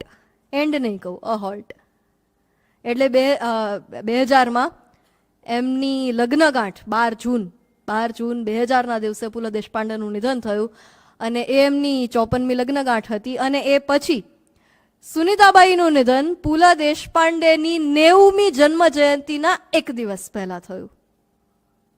એટલે even their life and the dates in their life were like a poetry. એટલે I hope કે થોડું ઘણું ઇનડિરેક્ટલી કરેલું છે, એવું ન કહી શકાય કે કોઈ જ જાતના અફસોસ નથી કરેલા, કારણ કે એમણે સ્પષ્ટ એક વાક્ય લખેલું છે કે આ માણસને પ્રેમ કરતા નથી આવડ્યો. તો એક સ્ત્રી આવું કે હા, એટલે લગ્ન કરતી વખતનો પ્રેમ અને એ પછીના 50 વર્ષે એક સ્ટેટમેન્ટ આપવું. એમના લગ્ન 1950માં થયા અને પુસ્તક 1990માં લખાયું. એટલે આઈ એમ શ્યોર કે 40 વર્ષની જર્નીમાં એમને ઘણા રિયલાઇઝેશન થયા હશે. એટલે કોઈ સ્ત્રી જ્યારે એવું સ્પષ્ટ કહે કે એમને પ્રેમ કરતા નથી આવડ્યું, તો આ અફસોસ જ છે. આનાથી વધારે કેટલું કહેશે બિચારી? ના, એનો એમને ક્યારેય અફસોસ નથી થયો, કારણ કે એક તો માનસ પુત્ર હતા એટલે એમને મન બાળક સમાન જ હતા. અને હા, કદાચ it is open two interpretation. વાંચીને મને એવું લાગ્યું કે કદાચ અફસોસ અંદર ક્યાંક હશે સબકોન્શિયસલી, પણ ક્યારેય છતી રીતે એમણે પુલને બ્લેમ નથી કર્યા એના માટે કે તમારા આવા સ્વભાવના કારણે આપણે બાળક પ્લાન નથી કર્યું. હા, yes, that was a conscious decision, conscious and mutual decision. એ પોતે પણ બહુ જ હોશિયાર હતા ને એમનું લાઈફ પણ આખું વાંચીએ તો ખ્યાલ આવે. જ્યારે એ લોકો બંને કાવ્ય વાંચન કરતા સ્ટેજ પર, ત્યારે ગદીમાં એમ કહેલું કે તારું કાવ્ય વાંચન પુલા કરતા બી સરસ છે. તો શી સેક્રિફાઈઝ હર કરિયર ફોર હિમ. હા, એટલે બેકફૂટમાં ઘણી બધી વાર એ રમ્યા. તો પુલાએ કોઈ વાર એમને એવું રેકગ્નિશન ઓરલી કે કારણ કે એમનો સ્વભાવ નહોતો તો બી આપેલું, કારણ કે સુનીતાબાઈ તો પોતે એક્સપેક્ટ કરતા જ નહોતા એમની પાસે કંઈ. શી ન્યુ હિમ સો વેલ કે એમને સાચવવા માટે she got married to him. અને as far as I know, એમને એબોર્શન કરાવેલું વિધાઉટ આસ્કિંગ પુલે. જ્યારે એમને કન્સીવ થયો તો એમને થયું કે મારાથી ફાઇનાન્શિયલી બી ત્યારે they were not well to do, અને એમને તો કે પુલા પોતે જ બાળક છે તો એમને હું સાચવું કે મારા બાળકને સાચવું. તો without asking him she went for abortion. એટલે આ એમનું as far as I know. Thank you for sharing. જોઈ લેજો પાછું, હું બી કદાચ ખોટી હોઈ શકું, પણ પુલા એમને કોઈ દિવસ રેકોગ્નાઇઝ કરેલા ખરા? એકાદ બે કોટ મને વાંચવામાં એવા આવ્યા જ્યાં એમણે સુનીતાબાઈના વખાણ કરેલા હોય, અથવા તો એક જીવનસાથી તરીકે, ખાસ તો સાહિત્યકાર તરીકે આઈ ડોન્ટ નો, પણ એક જીવનસાથી તરીકે એમના વખાણ કરેલા હોય એવા આવ્યા છે. છતાં પણ સુનીતાબાઈ પોતે કહે છે કે મને એમના તરફથી પ્રોત્સાહક શબ્દો બહુ ઓછા અને રેરલી મળ્યા છે.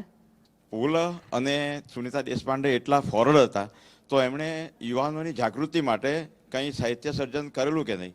એટલે એમણે સીધા જ ઉપદેશો અથવા તો અત્યારે જે આપણે પર્સનાલિટી ડેવલપમેન્ટના પુસ્તકો કહીએ છીએ એવા પુસ્તકો મારા ધ્યાનમાં નથી કે એમણે લખ્યા હોય.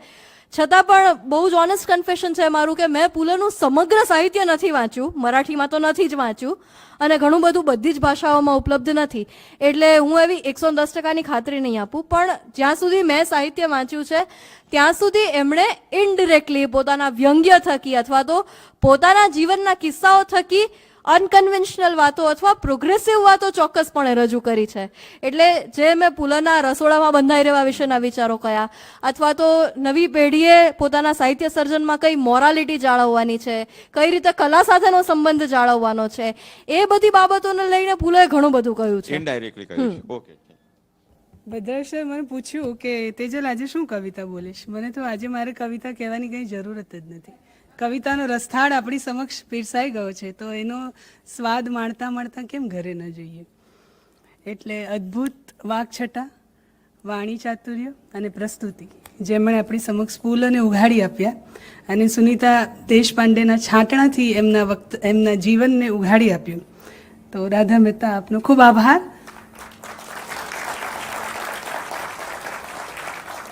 અમને તમારી પણ ચવ લાગી ગઈ આજે કે અમે ફરીવાર પણ તમને સાંભળીશું. સરસ મજાની સાંજ પસાર થઈ. આવતા સોમવારે આપણે શું માણવાના છે 47માં વક્તવ્યમાં એ પણ આપને જણાવી દઉં. રાજુલ કે ગજ્જર જીટીયુ યુનિવર્સિટીના વાઇસ ચાન્સેલર પ્રેઝન્ટ કરવાના છે the man who knew infinity, Srinivasan રામાનુજનનું જીવન ચરિત્ર.